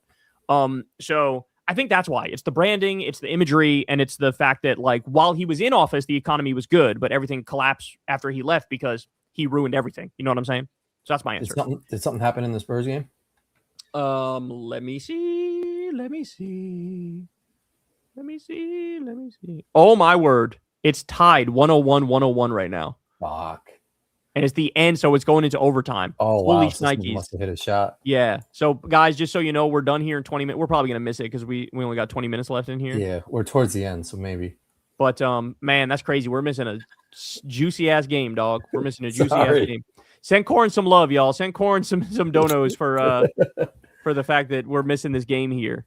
But, yeah, anyway, let's keep going. Hey, Kyle, you're the man. Thank you, Henry. Appreciate the $5. Hey, Kyle, you're the man, bro. Love your videos. Question, what do you think of the Trump staged Butler conspiracy? I actually kind of believe it. Yeah, I mean, I don't disbelieve it. I'll say that. I don't know what happened, but I don't think the questions people are asking are crazy. I think they're actually reasonable. And just like I think the questions about the White House Correspondents' Dinner shooting are reasonable. I don't put anything past these people. I think these people are genuinely evil, and like they wouldn't hesitate to fake some shit. You know what I'm saying? Facts. Not really. Rachel Atwood, thank you for the $20. Don't suppose you jocks are Eurovision fanboys by any chance. I'm relieved that Israel lost to Bulgaria, but if it had won, the entire European broadcasting system would be forced to confront its Hasbara hypocrisy head on. I am not a Eurovision fan. I did watch the first season of American Idol, though. I don't know if you did, Corin. Did you watch American Idol or no? Like back in '88 with like Kelly Clarkson and shit? Yeah, back in the day, like the first season of American Idol. Oh, yeah, definitely. What's Eurovision? Eurovision is like sort of like American Idol type shit for Europe. Yeah, I kind of want it. I think that's what it is. I watched like the first like 3 or 4 seasons, I want to say, of American Idol. Yeah, but Eurovision is popular, bro. It's very popular, but again, I haven't watched it. But thank you, Rachel. We appreciate you. John's Laughter, thank you for the $20. Look up the Yellow Fleet. If the Strait remains closed long term, the 2,000 ships could sustain damage and forced to be scrapped due to inactivity and limited maintenance facilities, adding a huge kink in the supply chain. Well, that's great. That's really awesome. It's also awesome that like all of the predictions of what's going to come rely on the Strait opening up fully in like June, and like that's obviously not happening. So yeah, this is not good, bro. We still have the strategic reserve, and we're blowing through it slowly but surely. And like when we run out of the strategic reserve, it's going to be rationing, right? Like it's going to be energy conservation, rationing. Like we just won't have the gas that we need. A lot of 80 countries are already like doing energy saving moves and like rationing gas. So we're going to get there, you know. Dominic, thanks for the $20. A good chunk of my family is sadly in the Fox News cult. In 2015-16, when I was first getting into politics, they said Hillary was far left. Just puts into perspective how too far gone they've always been, even before peak MAGA. Yeah, man, that was a hard pill for me to swallow, but it's true. There's just a large percentage of Republicans that are just, you're never going to get through to them. They're just different. They really are. And it sucks, but it's true, you know. Ted, thanks for the $10. Wild how some normies side with Ken Griffin. As someone who fell for the propaganda, thinking coddling billionaires helps you is like doing the essay for the crush who ignores you, hoping for a date. Very true, my friend. Thank you, Ted. We appreciate you, man. Jimmy Abes or Abes, thank you for the $5. When are we going to get Kyle versus Ben Shapiro debate? Have you called him out publicly? I mean, I've certainly covered him and made fun of him and stuff publicly. I don't know if we're ever going to get that debate, to be honest. I don't know, because he's waning in relevance and desperately trying to save his business. Ill Wrong Ill, or Two Wrong Two, whatever the name is there. Thank you for the $5. Hey, Kyle, I love your show. I watch every day. Thank you for the raw updates. I was wondering what you guys think about One Piece, if you ever heard of it. I've never heard of it. Corin, do you know what that is? Do you know what One Piece is? No, I know a 2-piece in a fight if you hit somebody with that shit, but a 1-piece, no, I don't know. Oh, it's a manga series. Okay. No, I'm not up on stuff like that, bro. My apologies. Yeah, I think that's more of a, I don't know. Is that not our age group? Is that younger? I'm not sure. I don't even know what manga series is. It's like a comic type thing. Oh, but anyway, Razor Jams, thanks for the $20. Kyle, what are your thoughts on doomerism? On one hand, it seems reasonable given how awful everything is right now. On the other hand, it seems defeatist and plays into the divide and conquer strategy of the elites. Yeah, you're right. I mean, and like, it kind of goes to what I said earlier, that like, politics is just something that you do because you do it, in the same way that you breathe, in the same way that you eat, in the same way that you piss. Like, you just do it because you do it. Like, that's what it is. There's no final victory in politics. Everybody shut the fuck up and go do the shit you got to do. That's what you do politics for. Now, in terms of how you feel about that, it changes on a day-to-day basis. Every now and then you get a moment of hope. You get like Zoran winning, or Graham Plattner leading by a gazillion points, or, you know, whatever the fuck. So like, some days you'll feel the optimism, some day you won't, but you just keep getting up and doing it. All I would say is, anybody who actively argues for doomerism is cancerous, and fuck them. Like, you can feel it, but if you feel it and start advocating for it and talking about it and like feeding into it more, then like, you're just helping Republicans. You know what I'm saying? Henry, thanks again, man. Kyle, would you go on Theo Vaughn's podcast if he asked you to? Probably. But I don't think he would ask me, because that would cause problems with Rogan. But yeah, but they're not like boys anymore. Yeah, funny enough, if he really wants to get back at Rogan, Theo, call your boy up, dog. Hit your boy up. I will give you, we can do 3 hours on politics, and we can refute all the fucking MAGA bullshit, dog. Broken Toad, thanks for the $10. Dropping it here again, trying to get Kyle to look into a great DSA candidate in Northern Michigan. His name is Kyle Blomquist. So yeah, we already answered this one, and I am familiar with Kyle. 1 out of 4. Kyle, I saw your video on leaving MAGA. Look up Life Take Two. She spent decades far right, then went far left. She just dropped a video. Interesting. Called The Future of MAGA, and putting a billboard close to Erica Kirk's house, as well as sounding the alarm. MAGA isn't dying, it's evolving. Just like how you call out MTG and Tucker, the movement as a whole is adapting, but us outside of it are only clocking the death of its current form. Interesting. Once you hear the history/plan from an insider's perspective with leftist translation, you see it differently. Everybody needs to watch that video ASAP. What was the name again, Corin? Can you go back to the first one? My bad. Yeah. Life Take Two. That's the name of it? I saw your video on leaving MAGA. Look up Life Take Two. Yeah. She spent decades far right. Leaving MAGA. Oh, fuck. Wait, no, don't do that. Stop it. We did that thing where it like, never mind. Leaving MAGA. We're like, it started playing a different video. Oh. Okay, I'll just type it in, and so I'll take a look. Okay. All right, we're good. Slayer Wolf, thanks for the $5. How pathetic is it for Bill Cassidy to finish third in the primary despite being the incumbent and laugh my ass off? Yeah, bro. Well, that's the cult, right? That's the cult right there. That's the cult. Is you still suck Trump's nuts, and it didn't matter. That, like, since back in the day you voted to impeach him after January 6th, now you're fucked. Now he remembered that shit, you know? Pentaxin, thanks for the $10. Fighting words are written or spoken words that are inherently likely to incite an immediate physical retaliation. In a jury trial, his video history will barbecue him. Yeah, bro. I feel like that is possible, you know? Like, if a jury feels like you're asking for it, then, like, what are they going to do, you know? It's like they're going to do it.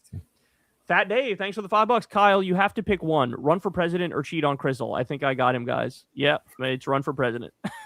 You did get me. You did get me. Chris, thanks for the $5. If Dems get majorities in both the House and the Senate, what would you realistically like to see from them, considering they won't be veto-proof? I mean, the honest answer is that, like, immediate, massive investigations into all of the crimes of MAGA. Like, that's the big thing, is like right off the bat. Since they, to your point, since they don't have enough to actually get shit through, it's like block the entire agenda and start opening up investigations that are used for criminal procedures later, you know? Fat Dave, thanks again, man. I think a hilarious possibility is cancer having Joe Biden attend Trump. Is cancer having Joe Biden attends Trump's funeral and falls asleep at it? Oh my God, that is not impossible. I'll just say that is not impossible. Although it's more likely Biden dies first, but it's certainly possible. That's a hilarious thought. Thank you, Fat Dave. Sokata, thanks for the $10. This question goes for Kyle and Corin. If Chris Brown randomly put out a statement saying, "I love genocide, especially when babies die," for no reason, could you still fuck with his music?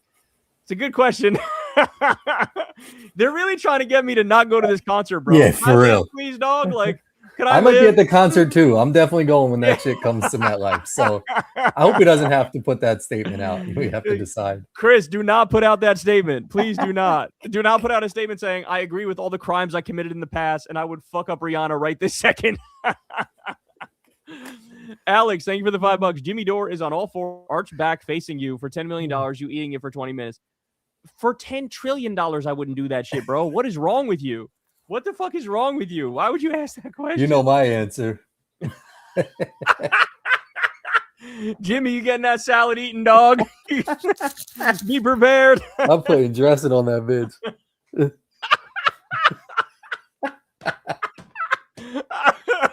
Vanguard boys, clip that out. Vanguard boys, somebody send this to Zach and Gavin. Oh my word!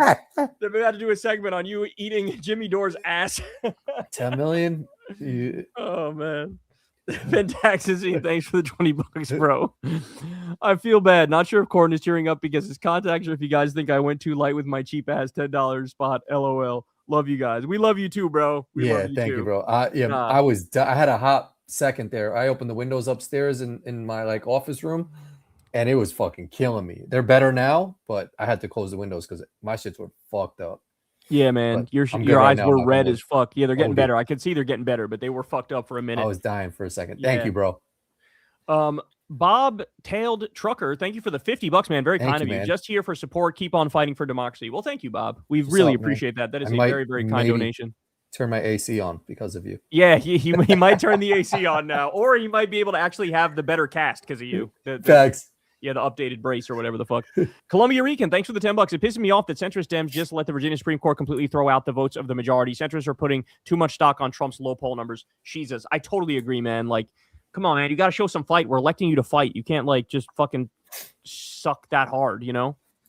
Bob blessed again. Bob, again, man, thank you. When do we get Kulinski candidacy for an office? I got to be honest with you, Bob, and I appreciate the kind donations. It's very, very sweet of you, but that's almost certainly not happening, bro. Like, you know, I'm a media guy. That's my role as media. Thank you, Bob. Cash We Reviews, thanks for the $5. Kyle, would you ever cover or interview figures on the Israeli left or anti-war movement? They are out there, e.g. Gideon Levy, Avraham Berg, etc. Of course, absolutely. Absolutely. Action Jackson, thank you for the $5. Do you think the media personality should be accountable for scam ads like Cars for Kids? That's a good question. It's kind of a difficult one to answer for the simple fact that, like, the way it works oftentimes is like, if let's say you have a radio show and they used to play that ad on the radio all the time, like you didn't place the ad, like it wasn't you. You had nothing to do with it. It could be like some ad sales team or, you know, somebody who has a position at the radio station and they pick the ads and you just do the show and you cut to break and like that just happens to play. So in a sense, I want to say no because it's like multiple layers removed, but like, you know, you got to go after the organization, and that's what California did, to their credit. And now all these other states got to do the same shit California did. So it was just a big ass scam, you know. Nader Kafel, thanks for the $5. What's up, guys? Born in Boston, but my family is from South Lebanon. Been there countless times. The media has spun things in such a way it's disgusting. Yeah, man. Sorry about that, bro. I mean, basically, like South Lebanon doesn't exist anymore. I hope you don't have family there and stuff because, yeah, it's like it's not going to be there anymore. You know, like same shit that happened in Gaza is going to happen there. It's really fucking horrible, but we appreciate you, man. Go Mason. Thanks for the $5. Bill Maher's literally like the Internet Explorer meme. He is so behind on all topics. It's insane. It's so true. It's so true. Columbia Rican, thanks again. Hey, Kyle, I saw a video from Mike Figueredo and he covered a video, The Five, and Greg Gutfeld tried to go after you. Faux News doesn't know they're messing with the Dark Woke Commander. Indeed. And I'll try to look for that Humanist Report video. And if that's the case, I get to respond to Fox News, who came at me directly. Let's go. Made in History, thanks again. Do you know there's an ancient Mormon hero called Teen Cum? Oh, my word. Oh, my days.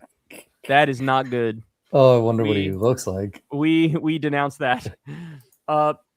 Thank you for that donation. John Rogers, thank you for the $10. Longtime Secular Talk viewer, recent watcher of KNC Live. Love hanging with you guys. Is Jon Stewart 28 still something you hope for? If he said he'd run, but you had to be his VP, would you do it? He's contingent upon me running with him? Nah, man, that's wild. He would never do that, first of all. Second of all, nah, that's a little crazy. But we're going to have options, bro. It's going to be Ro Khanna or AOC or both of them or fucking Graham Plattner. Like, we're going to have options. Sam here, thanks for the $5. I goofed up and accidentally ripped my mail-in ballot envelope when I was opening it. Can I still mail the shit? I'm in California, by the way. Much love, go Knicks. If you ripped it, probably not. They'll probably throw that bitch out. So I think you have to go in person now, dog. Like, I think that's where you're at, you know? Yeah, just be safe, go in person. Columbia Rican, thanks for the $10 again. What annoys me about centrists, they want to go after the Republican vote. In 2024, there was like 255 million eligible voters and only 148 million voted. Centrists need to focus on those who didn't vote. Yeah, man. Independents, moderates, apolitical people, non-voters, liberals, leftists. Like, there's plenty to build a coalition that doesn't involve the most psychotic people in the country. I agree with you completely. Thanks, Columbia Rican. Slayer Wolf, thanks for the $5. What are your thoughts on Labour getting shellacked in the UK local elections as well as the parliamentary elections for Scotland and Wales? It's not surprising because fucking Keir Starmer is their leader. And, you know, this is what happens when you don't have a bold vision, when you're just like a neoliberal fucking shill. This is the result. So learn from that shit, you know, but they never will. All right, we got like 5 more. Brick Dick Rick, thanks for the $20. Kyle, I've heard your aesthetic referred to as like a GTA character. If you were asked by Rockstar to have a role, would you take it? If so, what would you want the angle/plot to be from the Gulf coastal shithole of HTX? I probably wouldn't. I wouldn't like if I got like if somebody reached out to me over that, I wouldn't believe them. I think it's like a scam thing, so I wouldn't even answer. You know what I'm saying? Yeah. But like if they were to just make a character that was kind of like me, yeah, that'd be kind of cool. I would like that. That'd be dope. To have a They should I make a political video game. Would be kind of fire. Yeah, or just have me as like, you know, whatever, somebody who deals drugs or some shit, you know, just like have it look like me and have them be a drug dealer or whatever. Lucas Magnus, thanks for the $10. Red, we need guns in case tyranny. Also, don't question masked feds killing people. Blue, the government is so fascist. Only cops and feds should be trusted with semi-auto rifles. Me, crashing the fuck out. So I assume, Lucas, that you're in the Graham Plattner school of thought of like, you're against tyranny, but you're also like in favor of people owning guns, right? To prevent that tyranny is my guess.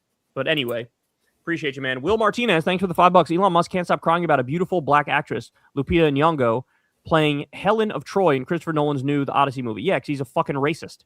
He's that's why he's goose stepping and Zig Heilen, and he's just an evil son of a bitch. He retweets Nazis on a regular basis. Michael Wells, thanks for the $5. Dean Withers didn't read my $10 dono shouting out Kyle. I get weird vibes from him, but he's still fighting MAGA hard. Any thoughts on him and Parker? Wait, which one is Parker? Am I tripping? Who's Parker? Parker, political commentator. Let's see. Oh yeah, this guy. Oh yeah, I'm not. I don't really know this guy, the Parker guy. But I don't know. Yeah, Dean. I mean, he seems okay. I don't follow him closely enough to be able to like issue critiques or specific praises. But yeah, it's it's he's okay. I got no beef with him. Missed it. Yeah, and I'm sure he gets like 5 quadrillion fucking things, you know. So like, you know, what are you gonna do? But hold on, Corin, I totally lost my space. Hold on, here we go. Sorry. RSN, thanks again, man. Did you see Pelosi endorse Connie Chan over Scott Wiener in San Francisco? Apparently there is a rift between her and Wiener. I'm voting for Shoykot. Yes, everybody go vote for Shoykot. Vote for Shoykot, y'all. Anybody in California in Pelosi's district, go vote for Shoykot. He's our boy. Betob or Betob, thank you for the $10. Hey, Kai, I love your channel since 2015. What do you think of Apple removing the map information from South Lebanon? Like, are they in cahoots with the iCountry? Yes, they are. Yes, that's why that happened. They literally removed all of the towns in South Lebanon. Broken Toad, thank you for the $5. Your take on uncapping the House, frozen at 435 since 1913. Representatives now serve 800K. Post-Calais, smaller districts equal defense versus gerrymandering. It's not a bad idea. It's a very creative idea. I like that. And that's what we need. We need that sort of creative thinking to like expand it to make it more democratic. And we need to expand the court. We need to do shit like that. I think it's smart. And it's also one of those things where you can spin it as like, oh, it's not just a partisan thing. Like, we just need more representation because there's too many people and not enough representatives. I like it. It's smart. We need stuff like that. We need to do real reform. So shout out to you for sharing that with us. That's all she wrote. Do we have any time left in the game? We do, and they're going to second overtime. They're going to second overtime right now. They're tied at 108. Double OT? Double OT. Yep. Perfect double OT. time. All right. Yeah. All right, man. Love you guys. Everybody go Love you watch too. that OKC game. We'll talk to you later. Thanks, Kyle. Fortunately, I do have friends and family there. A lot of them listen. Yeah, it's a horrible situation, and you got to stay safe. So, sending good, vibes your way. Made it history. Love you too, bro. Thanks for all your support. See you guys next week. Thank you, Corbin. Motherfucker, spell my name right. All right. Peace out, everybody. See you guys.